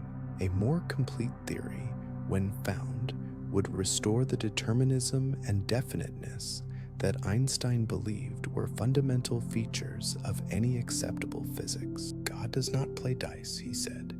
The universe was not a casino. It ran on definite causes, producing definite effects, even if the causes were currently hidden from us. Bohr's response, delivered with characteristic patience and philosophical depth, was essentially, you are assuming that the universe must conform to your intuitions about how reality should work. It doesn't have to. The evidence says it doesn't. The debate began in the lecture sessions and continued at breakfast, at dinner, on walks through the Brussels streets. Other physicists watched, fascinated and slightly awed. Heisenberg later described the dynamic. During the day, in the formal sessions, the discussion was broad and inclusive. But in the evenings, Einstein would produce a new thought experiment, a clever, carefully constructed scenario designed to show that the uncertainty principle could be violated, that quantum mechanics was incomplete, that definite values could be assigned to supposedly uncertain quantities. And every morning, Bohr would come back with a refutation, every single time. One of the most famous exchanges happened not at the 1927 conference, but at the 1930 Solvay conference, 3 years later. Einstein arrived with what he considered his most powerful challenge yet. He described a box with a hole in one wall controlled by a shutter. Inside the box was radiation, a collection of photons. At a precisely controlled moment, the shutter would open for exactly long enough to let exactly one photon escape. Einstein argued that you could then weigh the box, before and after the photon escaped, with arbitrary precision. The difference in weight through E, mc2, would give you the energy of the photon with arbitrary precision. And since you knew exactly when the shutter opened, you also knew the time of the photon's escape with arbitrary precision. Energy known precisely, time known precisely, the uncertainty principle which says energy and time cannot both be known precisely, violated. Bohr was shaken, genuinely, visibly shaken. Other physicists who were present later recalled that he spent the entire evening going from person to person, troubled and agitated, saying that Einstein's argument couldn't be right, that it mustn't be right, but unable immediately to say why. He walked through the Brussels streets that night, turning the problem over and over, and sometime during that night, he found the answer. The answer came from Einstein's own theory of general relativity. To weigh the box, you had to measure its weight, which meant suspending it on a spring and reading a scale. But general relativity says that the rate at which a clock ticks depends on its position in a gravitational field. A clock higher up in a gravitational field ticks slightly faster than one lower down. When the photon escapes and the box moves on its spring in response to the change in weight, the clock inside the box, the clock controlling the shutter, moves up or down in the gravitational field. This introduces an uncertainty in the time measurement, and when Bohr worked through the mathematics carefully, the uncertainty introduced was exactly enough to preserve the uncertainty principle. Einstein had tried to use general relativity to defeat quantum mechanics. Bohr had used general relativity to save it. When Bohr presented his argument the next morning, Einstein had no response. He accepted it. He never claimed that particular thought experiment worked again, but he didn't give up. He never gave up. In 1935, Einstein collaborated with two colleagues, Boris Podolsky and Nathan Rosen, on a paper that represented perhaps his most sophisticated attack on quantum mechanics. The paper was 4 pages long. It launched 90 years of experiments and debate. It is now known simply as the EPR paper, after its 3 authors. The argument went like this. Imagine 2 particles that interact and then fly apart in opposite directions, what quantum mechanics calls an entangled pair. Quantum mechanics says that before measurement, neither particle has a definite value for certain properties, like spin or polarization. They exist in a superposition of possibilities. But here's the thing. The 2 particles are connected. If you measure one particle and find it has a certain spin, say spin up, then the other particle, no matter how far away it is, must instantly have the opposite spin down. The moment you measure one, you know the other instantly, regardless of the distance between them. Einstein found this deeply troubling. Either the measurement of one particle somehow instantaneously affected the other particle across any distance, which seemed to violate the principle that nothing could travel faster than light, or the particles had definite spin values all along, carried with them as hidden information, and quantum mechanics was simply failing to describe those values. He called the first option spooky action at a distance, and he found it absurd. Therefore, he argued, the second option must be correct. The particles had definite properties all along. Quantum mechanics was incomplete. Schrödinger read the EPR paper and responded with his own contribution to the debate, one of the most famous thought experiments in the history of science. He imagined a cat. The cat is placed in a sealed box with a tiny amount of radioactive material. If the radioactive atom decays, a quantum event, governed by probability, a mechanism triggers and releases poison gas, killing the cat. If it doesn't decay, the cat lives. After 1 hour, according to quantum mechanics, the radioactive atom is in a superposition. It has both decayed and not decayed simultaneously, which means the mechanism has both triggered and not triggered, which means the cat is both alive and dead simultaneously. the wave function of the entire system, atom, mechanism, poison, cat, is a superposition of two states until someone opens the box and looks. A cat that is both alive and dead. Schrödinger did not intend this as a celebration of quantum weirdness. He intended it as a reductio ad absurdum, a demonstration that the Copenhagen interpretation, taken seriously, led to conclusions so ridiculous that it must be wrong. Superposition might make sense for electrons, but a cat?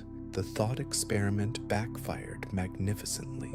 Instead of discrediting superposition, it became the most famous illustration of it. Physicists and philosophers have been arguing about Schrödinger's cat ever since. Meanwhile, in the broader physics community, a pragmatic consensus was forming. Most working physicists decided that the philosophical questions, what does the wave function really mean? What is really happening before measurement? Is there a deeper reality beneath quantum mechanics? Were unanswerable and possibly meaningless. The theory worked.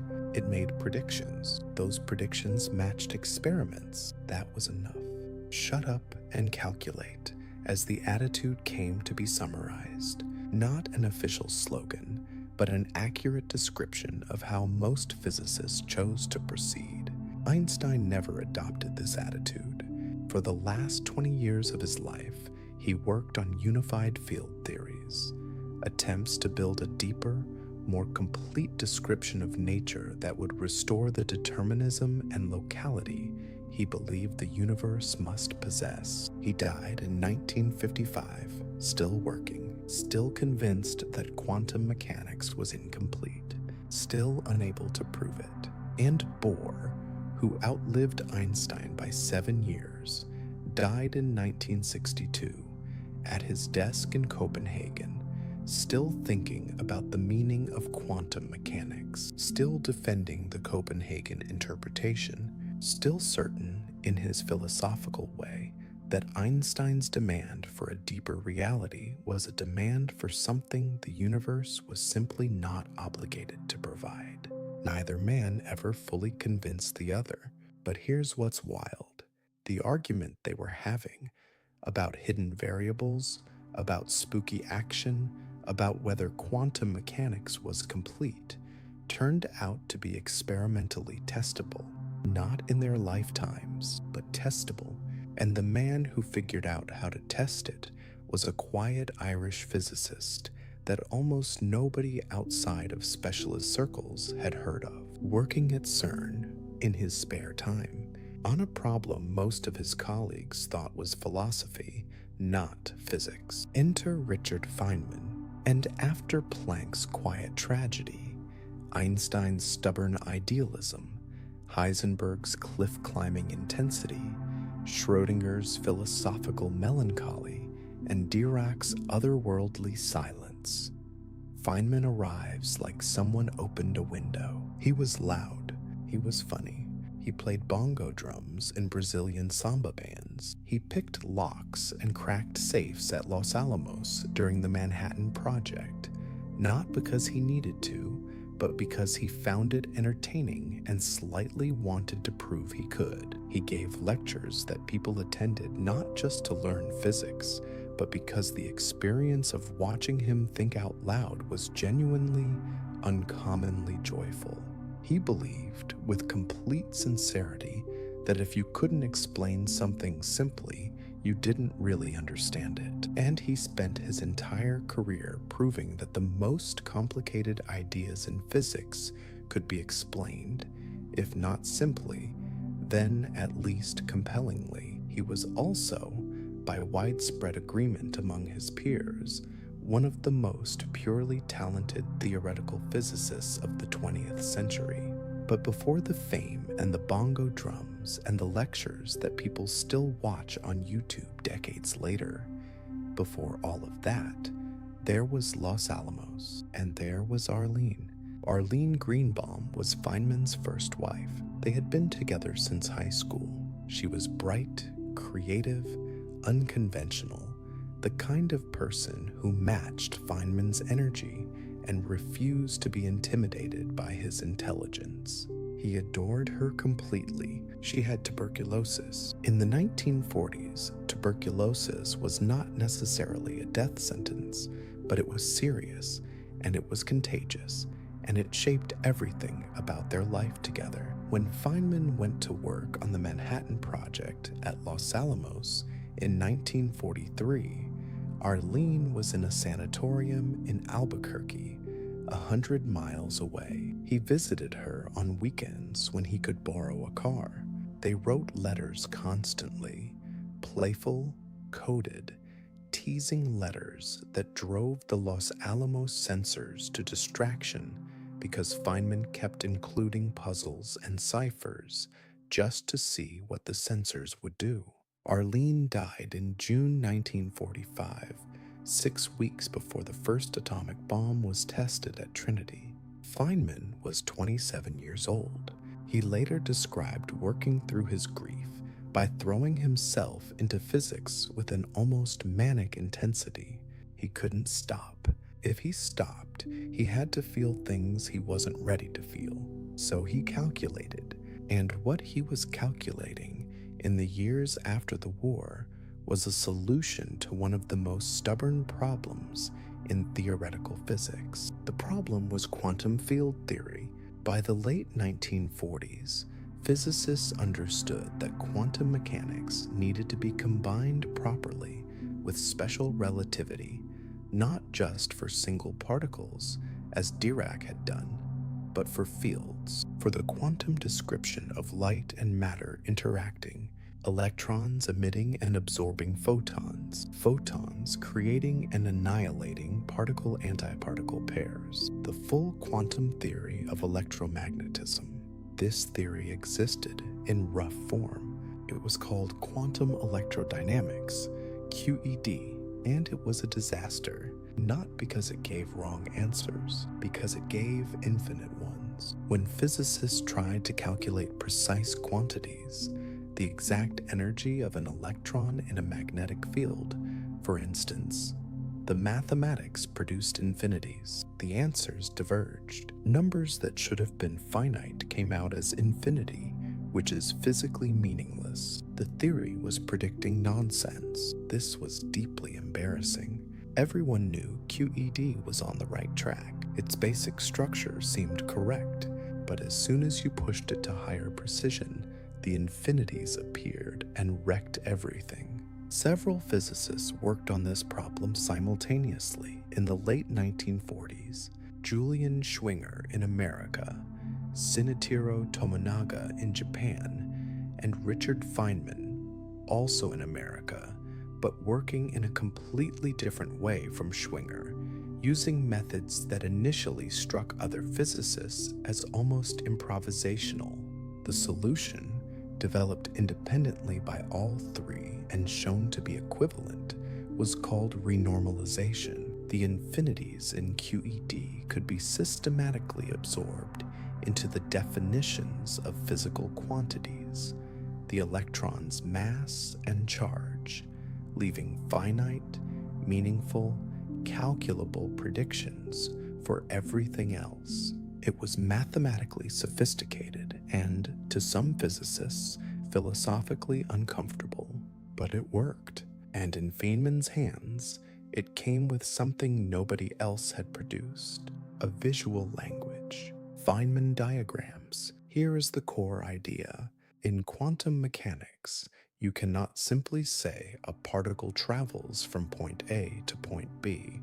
You have to consider all possible ways it could do so, every possible path, every possible intermediate interaction, every possible virtual particle that could be created and annihilated along the way.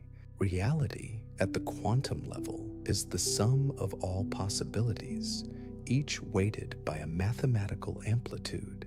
This sounds impossibly complicated to calculate, and it is, if you try to write it all out in equations from scratch every time. Feynman's insight was to represent each possible process as a diagram, simple lines and curves, a straight line for an electron, a wavy line for a photon, a vertex where lines meet representing an interaction. Each diagram corresponds to a specific mathematical expression. Add up the expressions for all relevant diagrams in order of complexity, and you get the answer. The diagrams were not just pedagogical tools. They were calculation devices. Each element of the diagram, each line, each vertex, each loop had a precise mathematical rule associated with it. You drew the diagrams, applied the rules, performed the mathematics, and out came a number that could be compared to experiment. And the numbers matched experiment with an accuracy that was and remains unprecedented in the history of science. The most famous example is the magnetic moment of the electron, a measure of how strongly the electron behaves as a tiny magnet. QED's prediction for this quantity, calculated using Feynman diagrams to extraordinary precision, agrees with the experimentally measured value to more than 10 decimal places. To put that in perspective, it is as if you predicted the distance from New York to Los Angeles, and your prediction was accurate to within the width of a single human hair. No other theory in the history of science has achieved anything close to this level of agreement between prediction and measurement. QED is the most precisely tested theory ever constructed by human beings. Feynman shared the Nobel Prize in Physics in 1965 with Schrödinger and Tominaga. In his Nobel lecture, he was characteristically honest about the fact that renormalization, the technique that made QED work, was mathematically questionable in certain deep ways. It worked. The answers it gave were right, but he wasn't entirely satisfied with the theoretical foundation. He said so publicly because Feynman always said what he thought. He once gave a series of lectures at Cornell, recorded in the early 1960s, in which he tried to explain quantum mechanics to a general audience. In one of those lectures, he said something that has been quoted ever since. I think I can safely say that nobody understands quantum mechanics. He didn't mean the mathematics. The mathematics was understood perfectly. He meant the interpretation, what the mathematics was telling us about the nature of reality, what it meant that particles took all possible paths, what it meant that the wave function was a sum over all possibilities, what it meant that reality, at its deepest level, was a vast superposition of everything that could happen, collapsing into a single outcome only when observed. Nobody agreed on what any of that meant. And that question, the interpretation question, the meaning question, the what is actually happening question, had been waiting for an answer since 1927, since Brussels, since Einstein and Bohr first locked eyes across a conference room and found that they saw the universe completely differently.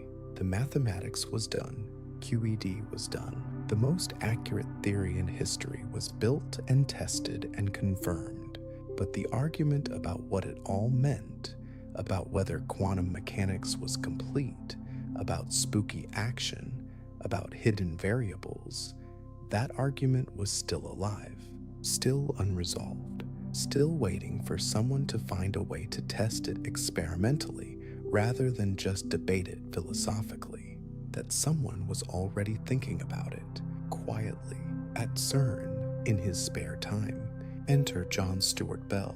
And unlike almost every other name in this story, you probably haven't heard of him, which is genuinely a shame, because what Bell did, quietly, modestly, in his spare time, at a particle accelerator laboratory in Geneva, was find a way to settle the greatest argument in the history of science, to take a debate that had seemed permanently philosophical, permanently beyond the reach of experiment, and turn it into something you could actually test in a laboratory.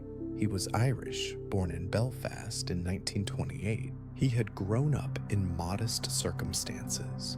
The only one of his siblings to stay in school past 14, he had studied physics at Queen's University Belfast, then done his PhD, and eventually found his way to CERN, the European Organization for Nuclear Research in Geneva, where he worked as an accelerator physicist, designing and analyzing particle accelerators. Practical, technical work, important work, but not the work that occupied his deepest thinking. What occupied his deepest thinking was the EPR paper.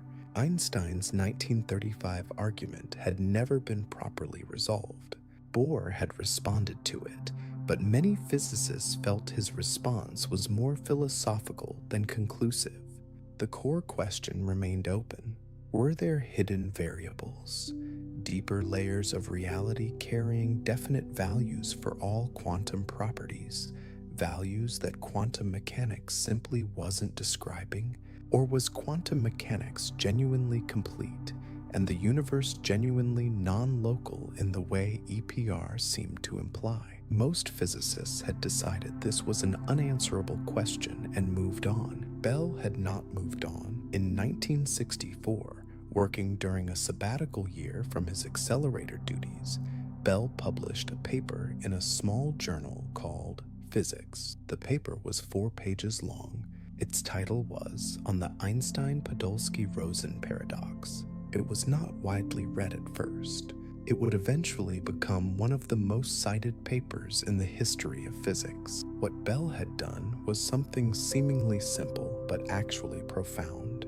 He had asked if Einstein was right, if there really were hidden variables, if particles really did carry definite pre-existing values for all their properties, set at the moment they were created and carried with them like secret instructions.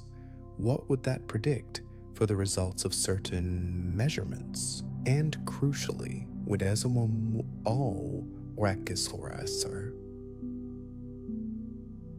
Would those predictions be different from what quantum mechanics predicted? Bell proved mathematically that the answer was yes. Any theory based on local hidden variables, any theory where particles carry definite pre-existing properties and where no influence travels faster than light, must satisfy a certain mathematical inequality, a specific limit on how correlated the measurement results of 2 distant particles can be. Bell called it an inequality, and it set a precise upper bound on the correlations that local hidden variable theories could produce. Quantum mechanics, Bell showed, predicted that this inequality would be violated, that the correlations between entangled particles would be stronger than any local hidden variable theory could explain. Not slightly stronger, measurably, testably, unambiguously stronger. Here is the magic gloves analogy. Imagine you have a factory that produces pairs of gloves and ships one glove to Alice in New York and the other to Bob in Tokyo.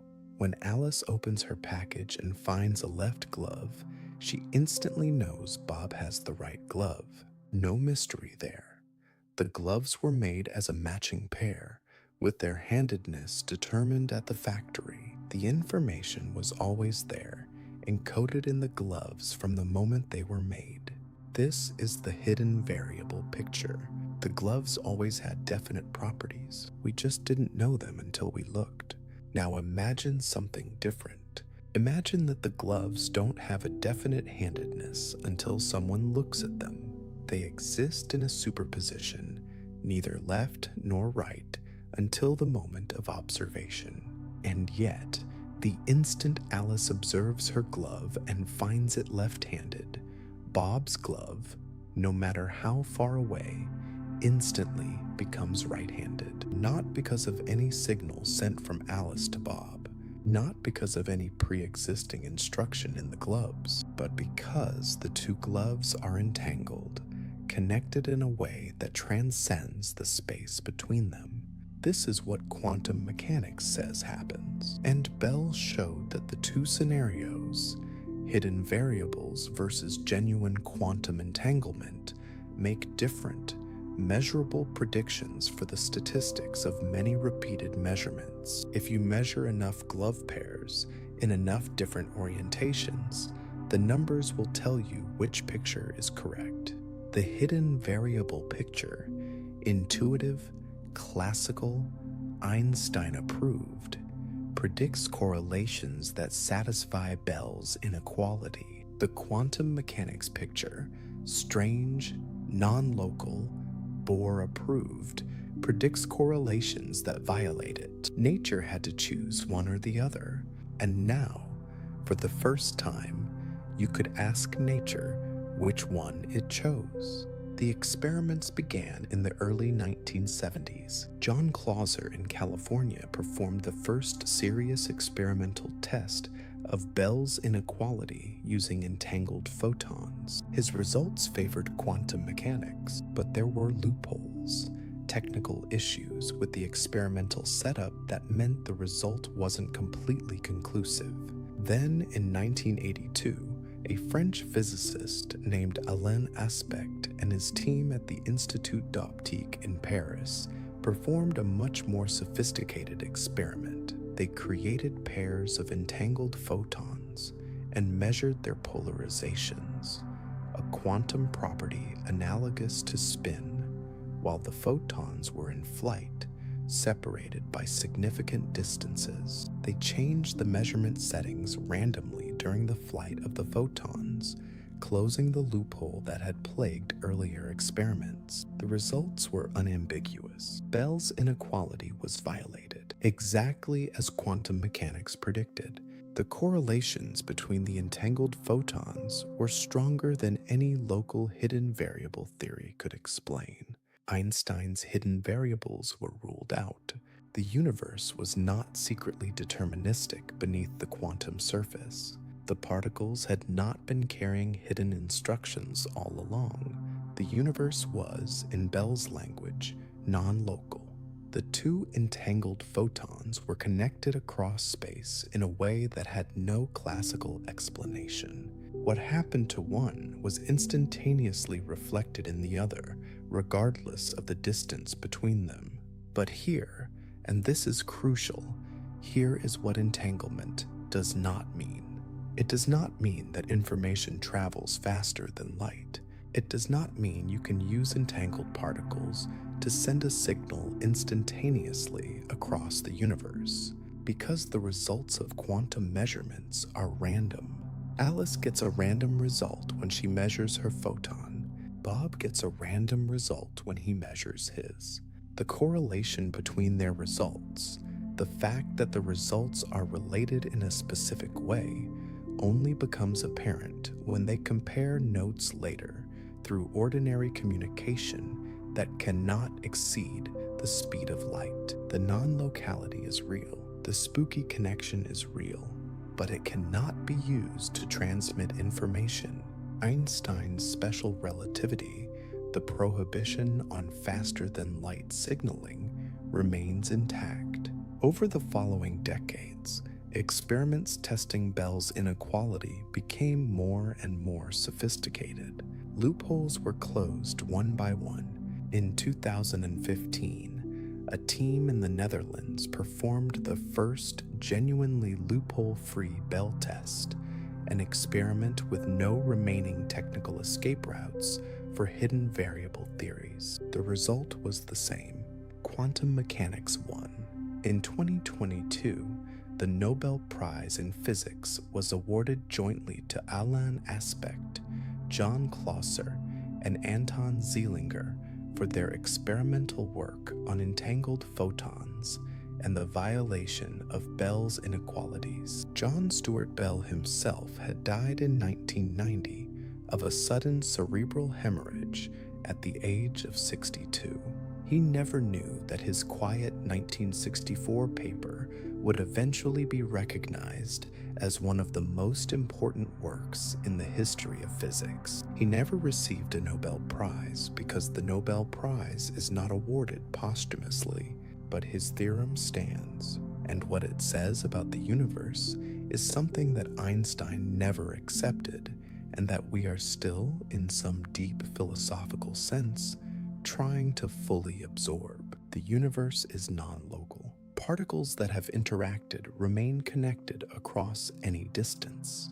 Their properties are not determined until measurement, and no theory that assigns definite pre-existing properties to particles and respects the speed of light can reproduce the predictions of quantum mechanics. Einstein was wrong, not about everything, not about the importance of the question, not about the value of demanding that physics be clear and complete and honest about what it is saying.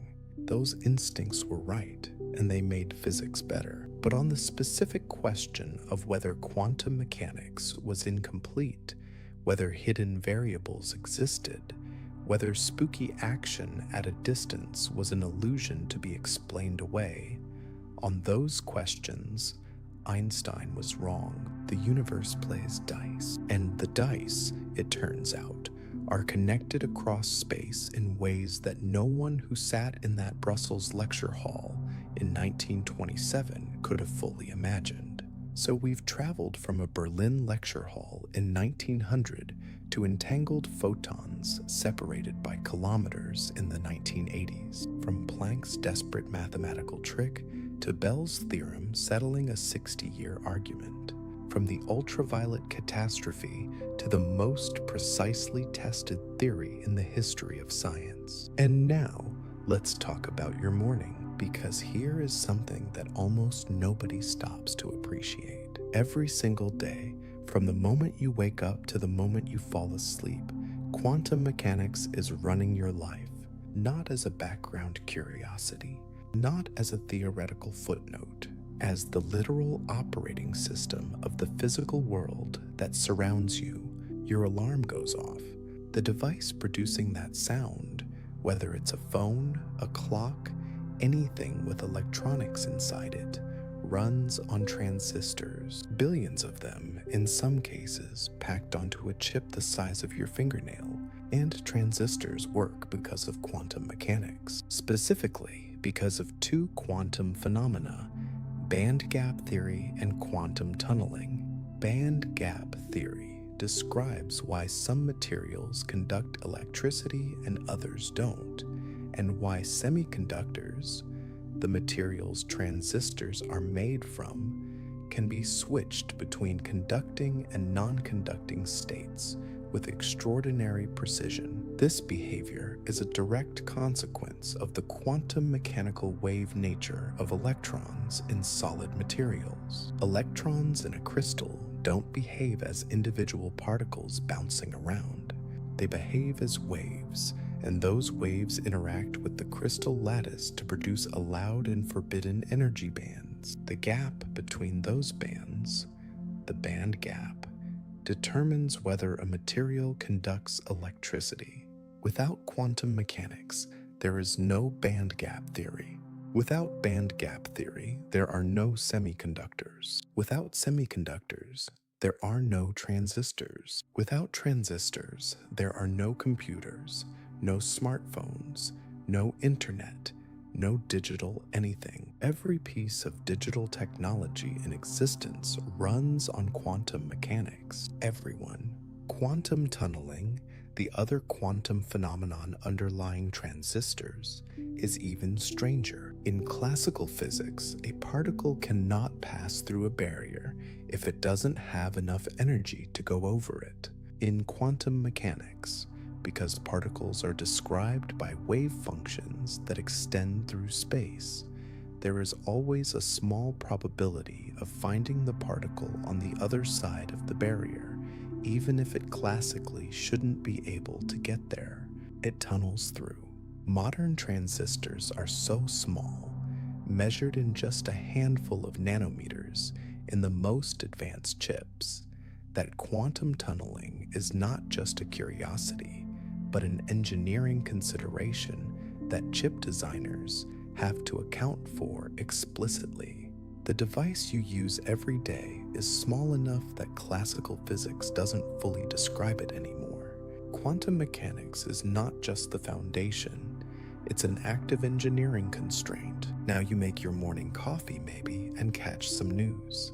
The screen displaying that news, whether LCD or OLED, uses quantum mechanics directly. OLED screens work through electroluminescence in organic molecules, a process governed by quantum transitions between energy levels. The specific colors produced by OLED pixels are determined by the quantum energy gaps in the molecules used to make them. Chemists design those molecules by calculating their quantum properties. The color of every pixel on a modern screen is a quantum engineering decision. Solar panels on the roof, if you have them, work through the photoelectric effect, Einstein's Nobel Prize paper.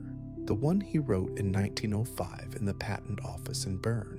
The quantum idea that light comes in photons, each carrying a discrete packet of energy, and that photons above a certain energy threshold knock electrons free in a semiconductor material, generating an electrical current. Every solar panel on Earth is a direct technological descendant of Einstein's 1905 insight.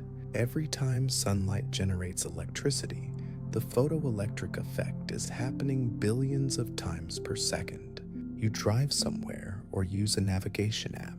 Your GPS works because of atomic clocks, extraordinarily precise timekeepers that measure time using the quantum energy transitions of atoms. Cesium atoms, specifically, in the most common standard.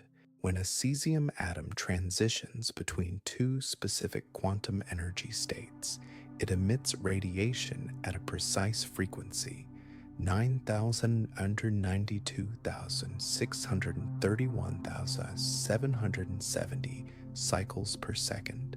By definition, atomic clocks count those cycles. They are accurate to within 1 second every 300 million years. GPS satellites carry atomic clocks. The system works by measuring the time it takes signals to travel from multiple satellites to your receiver and calculating your position from those time differences. But here is the quantum mechanics connection that most people don't know. Because GPS satellites are moving fast and are high up in Earth's gravitational field, both special relativity and general relativity cause their clocks to run at slightly different rates than clocks on the ground. These effects are small, but they accumulate. If GPS systems didn't correct for relativistic effects using precise quantum-based timekeeping, the positional errors would grow by roughly 11 kilometers every day. Your navigation app would be useless within hours. GPS works because of quantum mechanics, special relativity, and general relativity, all working together in a system that fits in your pocket. If you have a medical scan, an MRI, quantum mechanics is even more directly visible. MRI stands for magnetic resonance imaging. It works by exploiting the quantum mechanical property of nuclear spin. Protons, the nuclei of hydrogen atoms present in enormous numbers in the water molecules throughout your body, have a quantum property called spin.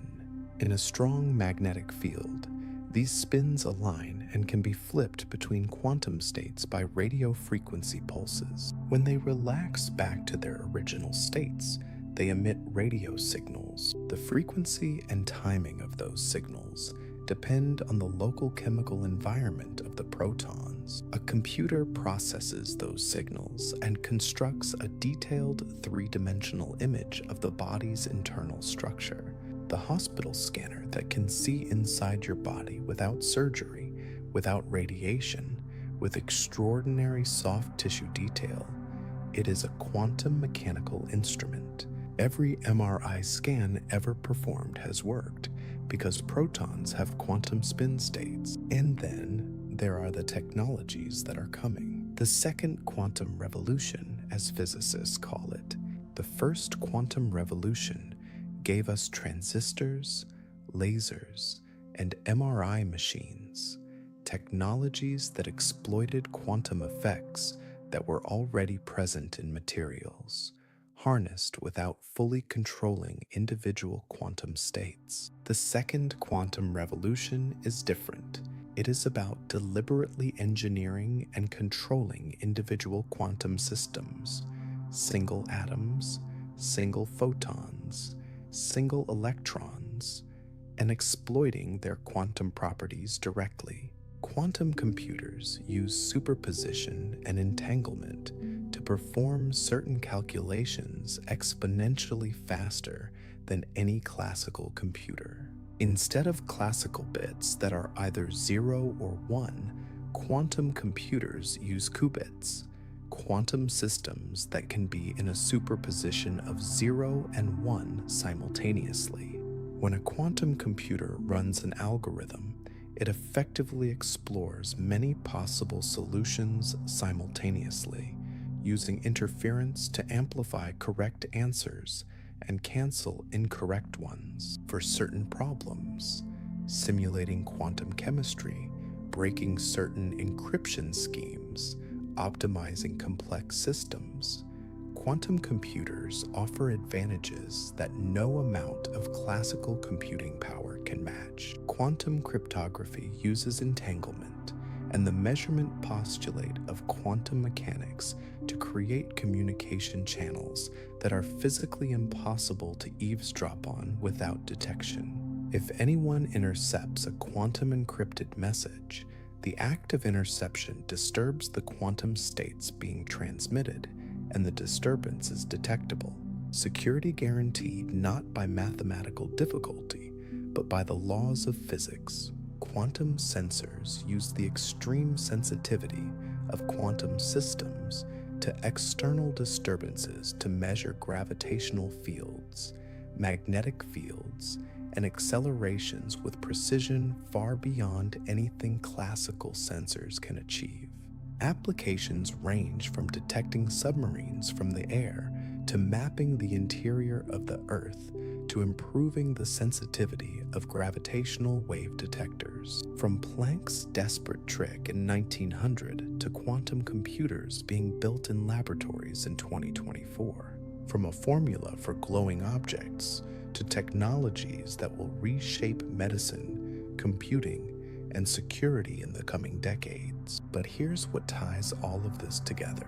Every single technology we've just talked about, from the transistor in your phone to the MRI in your hospital to the quantum computer in the laboratory, exists because a small group of people in Europe in the 1920s were willing to follow the mathematics wherever it led, even when it led somewhere deeply, profoundly strange. Even when it led to a universe that didn't have the decency to be deterministic. And that brings us, finally, to the question that started all of this. Not what quantum mechanics can do, but what it means. What it says about the nature of reality itself. What kind of universe we are actually living in. Here is something that nobody tells you in popular accounts of quantum mechanics. After more than 100 years, after the most precisely tested theory in the history of science, after Bell's theorem and aspects experiments, and 2 generations of physicists building quantum computers and quantum cryptography systems and quantum sensors, after all of that, physicists still do not agree on what quantum mechanics means. Not on the edges, not in the fine print. At the center, at the most basic level of interpretation, what is actually happening when a quantum system evolves and is measured? What is the wave function, really? What does it mean for a particle to be in a superposition? What actually occurs at the moment of measurement? These questions remain genuinely, stubbornly, possibly permanently open, and the fact that they are open is not a failure of physics. It is one of the most fascinating things about physics. The mathematics is exact, the predictions are perfect. The theory works with a precision that no other scientific theory has ever approached, and yet The question of what the mathematics is telling us about the nature of reality, that question has at least 3 serious answers, and experiments cannot currently distinguish between them. Let's go through them. The first and oldest interpretation is the one associated with Bohr and the Copenhagen School. It is still the interpretation taught in most university physics courses. It is still the one most working physicists default to when pressed. The Copenhagen interpretation says this: the wave function is a complete description of a quantum system. Before measurement, physical quantities like position and momentum do not have definite values. They exist as superpositions, combinations of all possible values, weighted by probability amplitudes. When a measurement is made, the wave function collapses instantaneously to a single definite value. The result is random, governed by the probabilities encoded in the wave function. After collapse, the system has a definite value for the measured quantity. What caused the collapse? The measurement. The interaction with a measuring device, with the environment, with anything large and classical enough to constitute an observation. The details of what counts as a measurement and why measurement should cause collapse when ordinary quantum evolution doesn't. These are questions the Copenhagen interpretation largely sets aside. Don't ask what the electron was doing before you measured it. There is no answer. The question is not meaningful. This is enormously practical. You can use quantum mechanics with the Copenhagen interpretation as your working philosophy and calculate anything you need to calculate.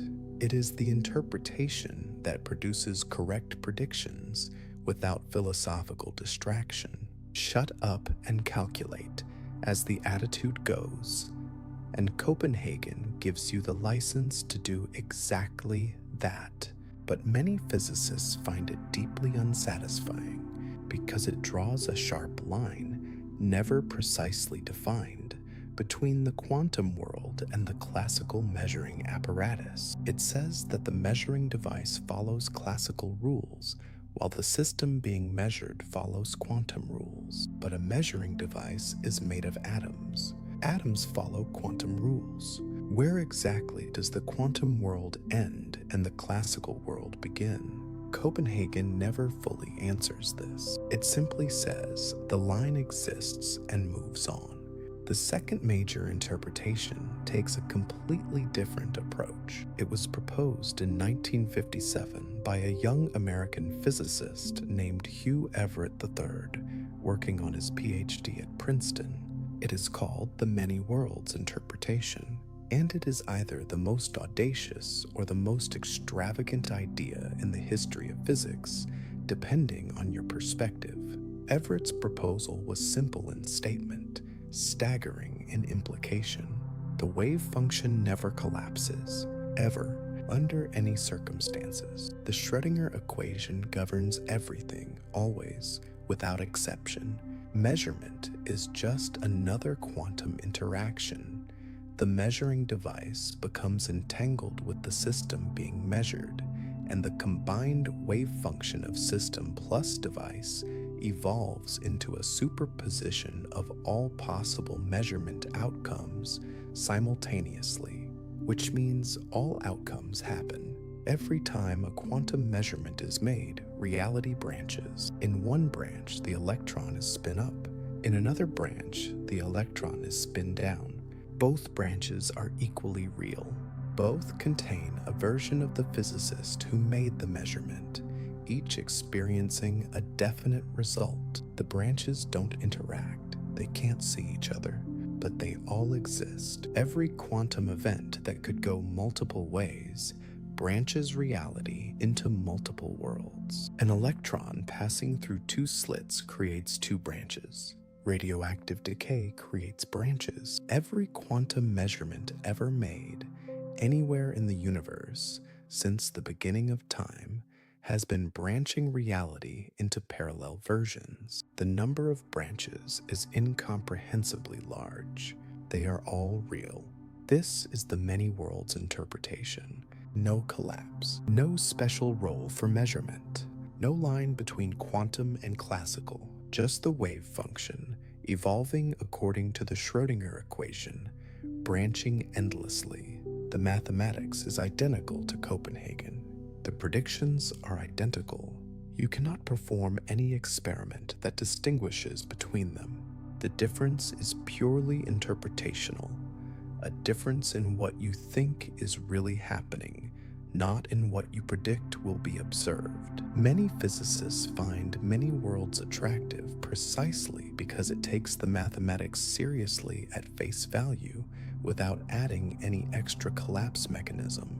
Others find it profligate. The idea of endlessly multiplying parallel universes strikes them as a solution more extravagant than the problem it solves. The third major interpretation is called Bohmian mechanics, or pilot wave theory. It was developed by the American physicist David Bohm in 1952, and it represents something like Einstein's dream, a deterministic, realistic interpretation of quantum mechanics. In Bohm's picture, particles always have definite positions. They always have definite trajectories. The randomness of quantum mechanics is not fundamental. It reflects our ignorance of the exact initial conditions, just as the randomness of a coin flip reflects our ignorance of the exact forces applied. Beneath the quantum surface, there is a definite reality, but there is a catch. The particles are guided by a wave, a pilot wave, that fills all of space and is influenced instantaneously by the entire configuration of the universe. The pilot wave is non-local. It connects particles across space in a way that is fundamentally, irreducibly non-classical. The universe in Bohm's picture is deterministic but radically non-local. Everything is connected to everything else instantaneously through the pilot wave. Bell's theorem, interestingly, was partly inspired by Bohm's work. Bell had read Bohm's 1952 paper and been struck by the fact that a deterministic hidden variable theory was actually possible, just not a local one. This led him to ask what experimental consequences the non-locality would have, and eventually to his 1964 inequality. Three interpretations: Copenhagen, many worlds, Bohmian mechanics, identical mathematical predictions, completely different pictures of reality. No experiment can currently distinguish them. Perhaps no experiment ever will. And here is what's genuinely wild about this situation. The theory works. Quantum mechanics, whichever interpretation you prefer, or none at all, produces predictions that match experiment to extraordinary precision. It successfully describes the behavior of every particle, every atom, every molecule, every material, every chemical reaction, every electronic device ever built. It is the most successful physical theory in history, and we don't know what it's telling us about reality. We have a perfect map. We don't know what the territory looks like. Feynman said nobody understands quantum mechanics. He was right. Not about the mathematics. The mathematics is understood perfectly. About the meaning, about what is actually happening in the universe when a quantum system evolves and interacts and produces a result, about whether the wave function is a real physical thing or just a calculation tool, about whether the other branches of the many worlds interpretation actually exist, about whether Bohm's pilot wave is a real field-filling space, about whether Copenhagen's mysterious collapse actually occurs, and if so, how and why. These questions sit at the intersection of physics and philosophy, of science and metaphysics, of what we can measure and what we can only wonder about, and they have been sitting there, unanswered, for nearly 100 years. The universe, it seems, is willing to show us how it behaves. It is not willing to tell us what it is. So let's step back for a moment. Let's look at the whole thing from a distance. In 1900, a conservative German professor in a three-piece suit stood up in front of his colleagues and presented a formula for glowing objects. He called it a desperate mathematical trick. He didn't believe it was physically real. He wanted someone to come along and make it unnecessary.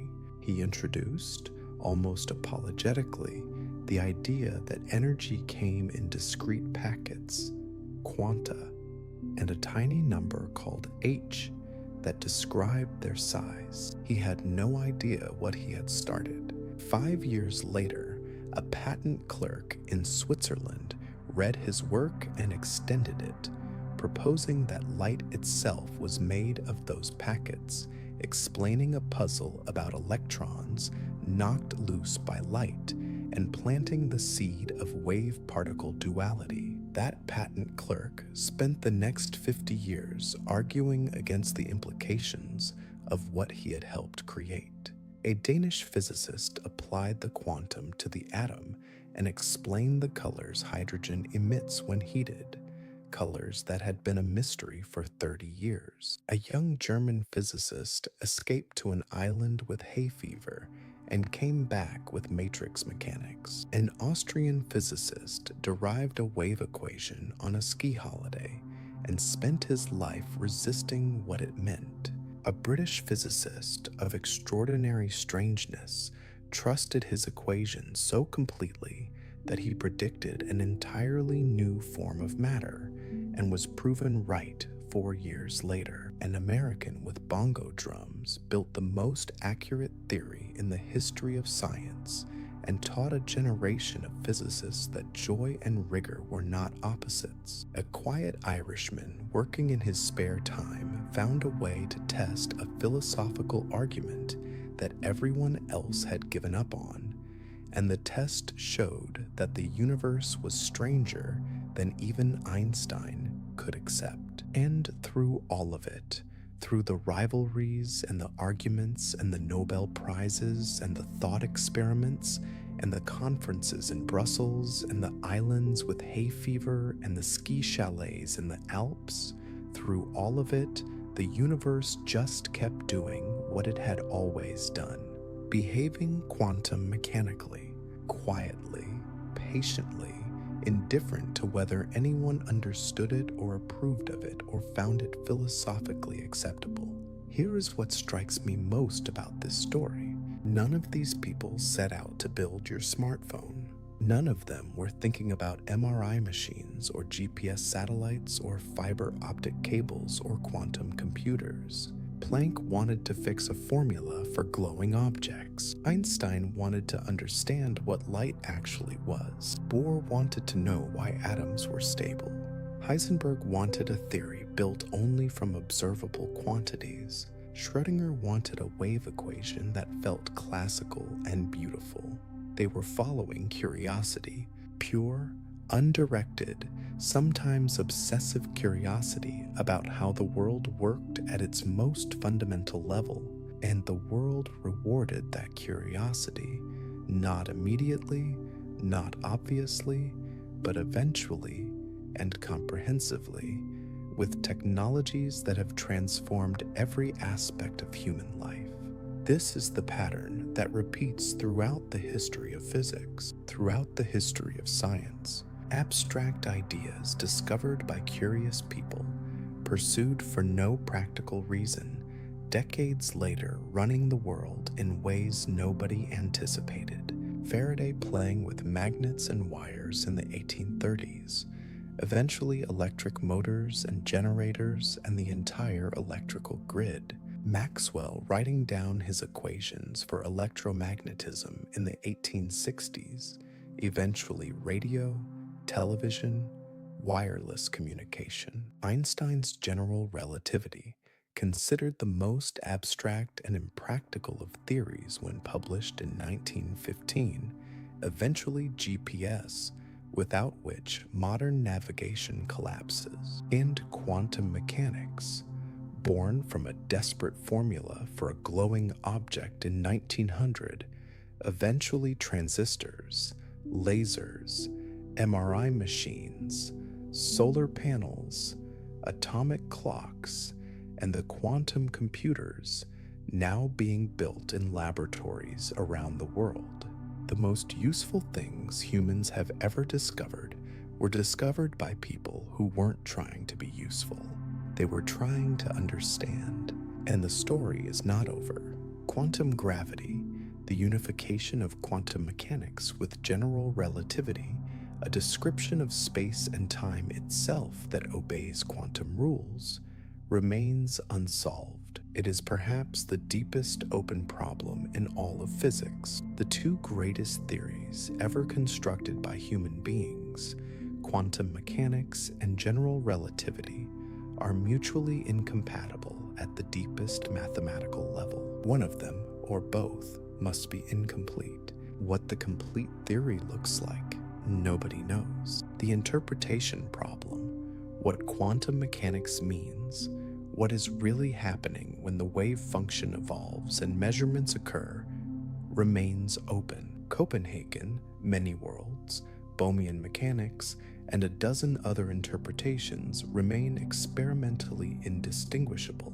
The question of what the universe actually is, at its most fundamental level, remains unanswered, and somewhere right now, in a laboratory or a university office, or perhaps a rented room on an island somewhere, someone is sitting with a problem that doesn't quite make sense, a result that doesn't fit, a mathematical structure that seems to be saying something the person isn't quite ready to hear, just like Planck in 1900, just like Heisenberg on Heligoland in 1925, just like Bell at his desk in Geneva in 1964.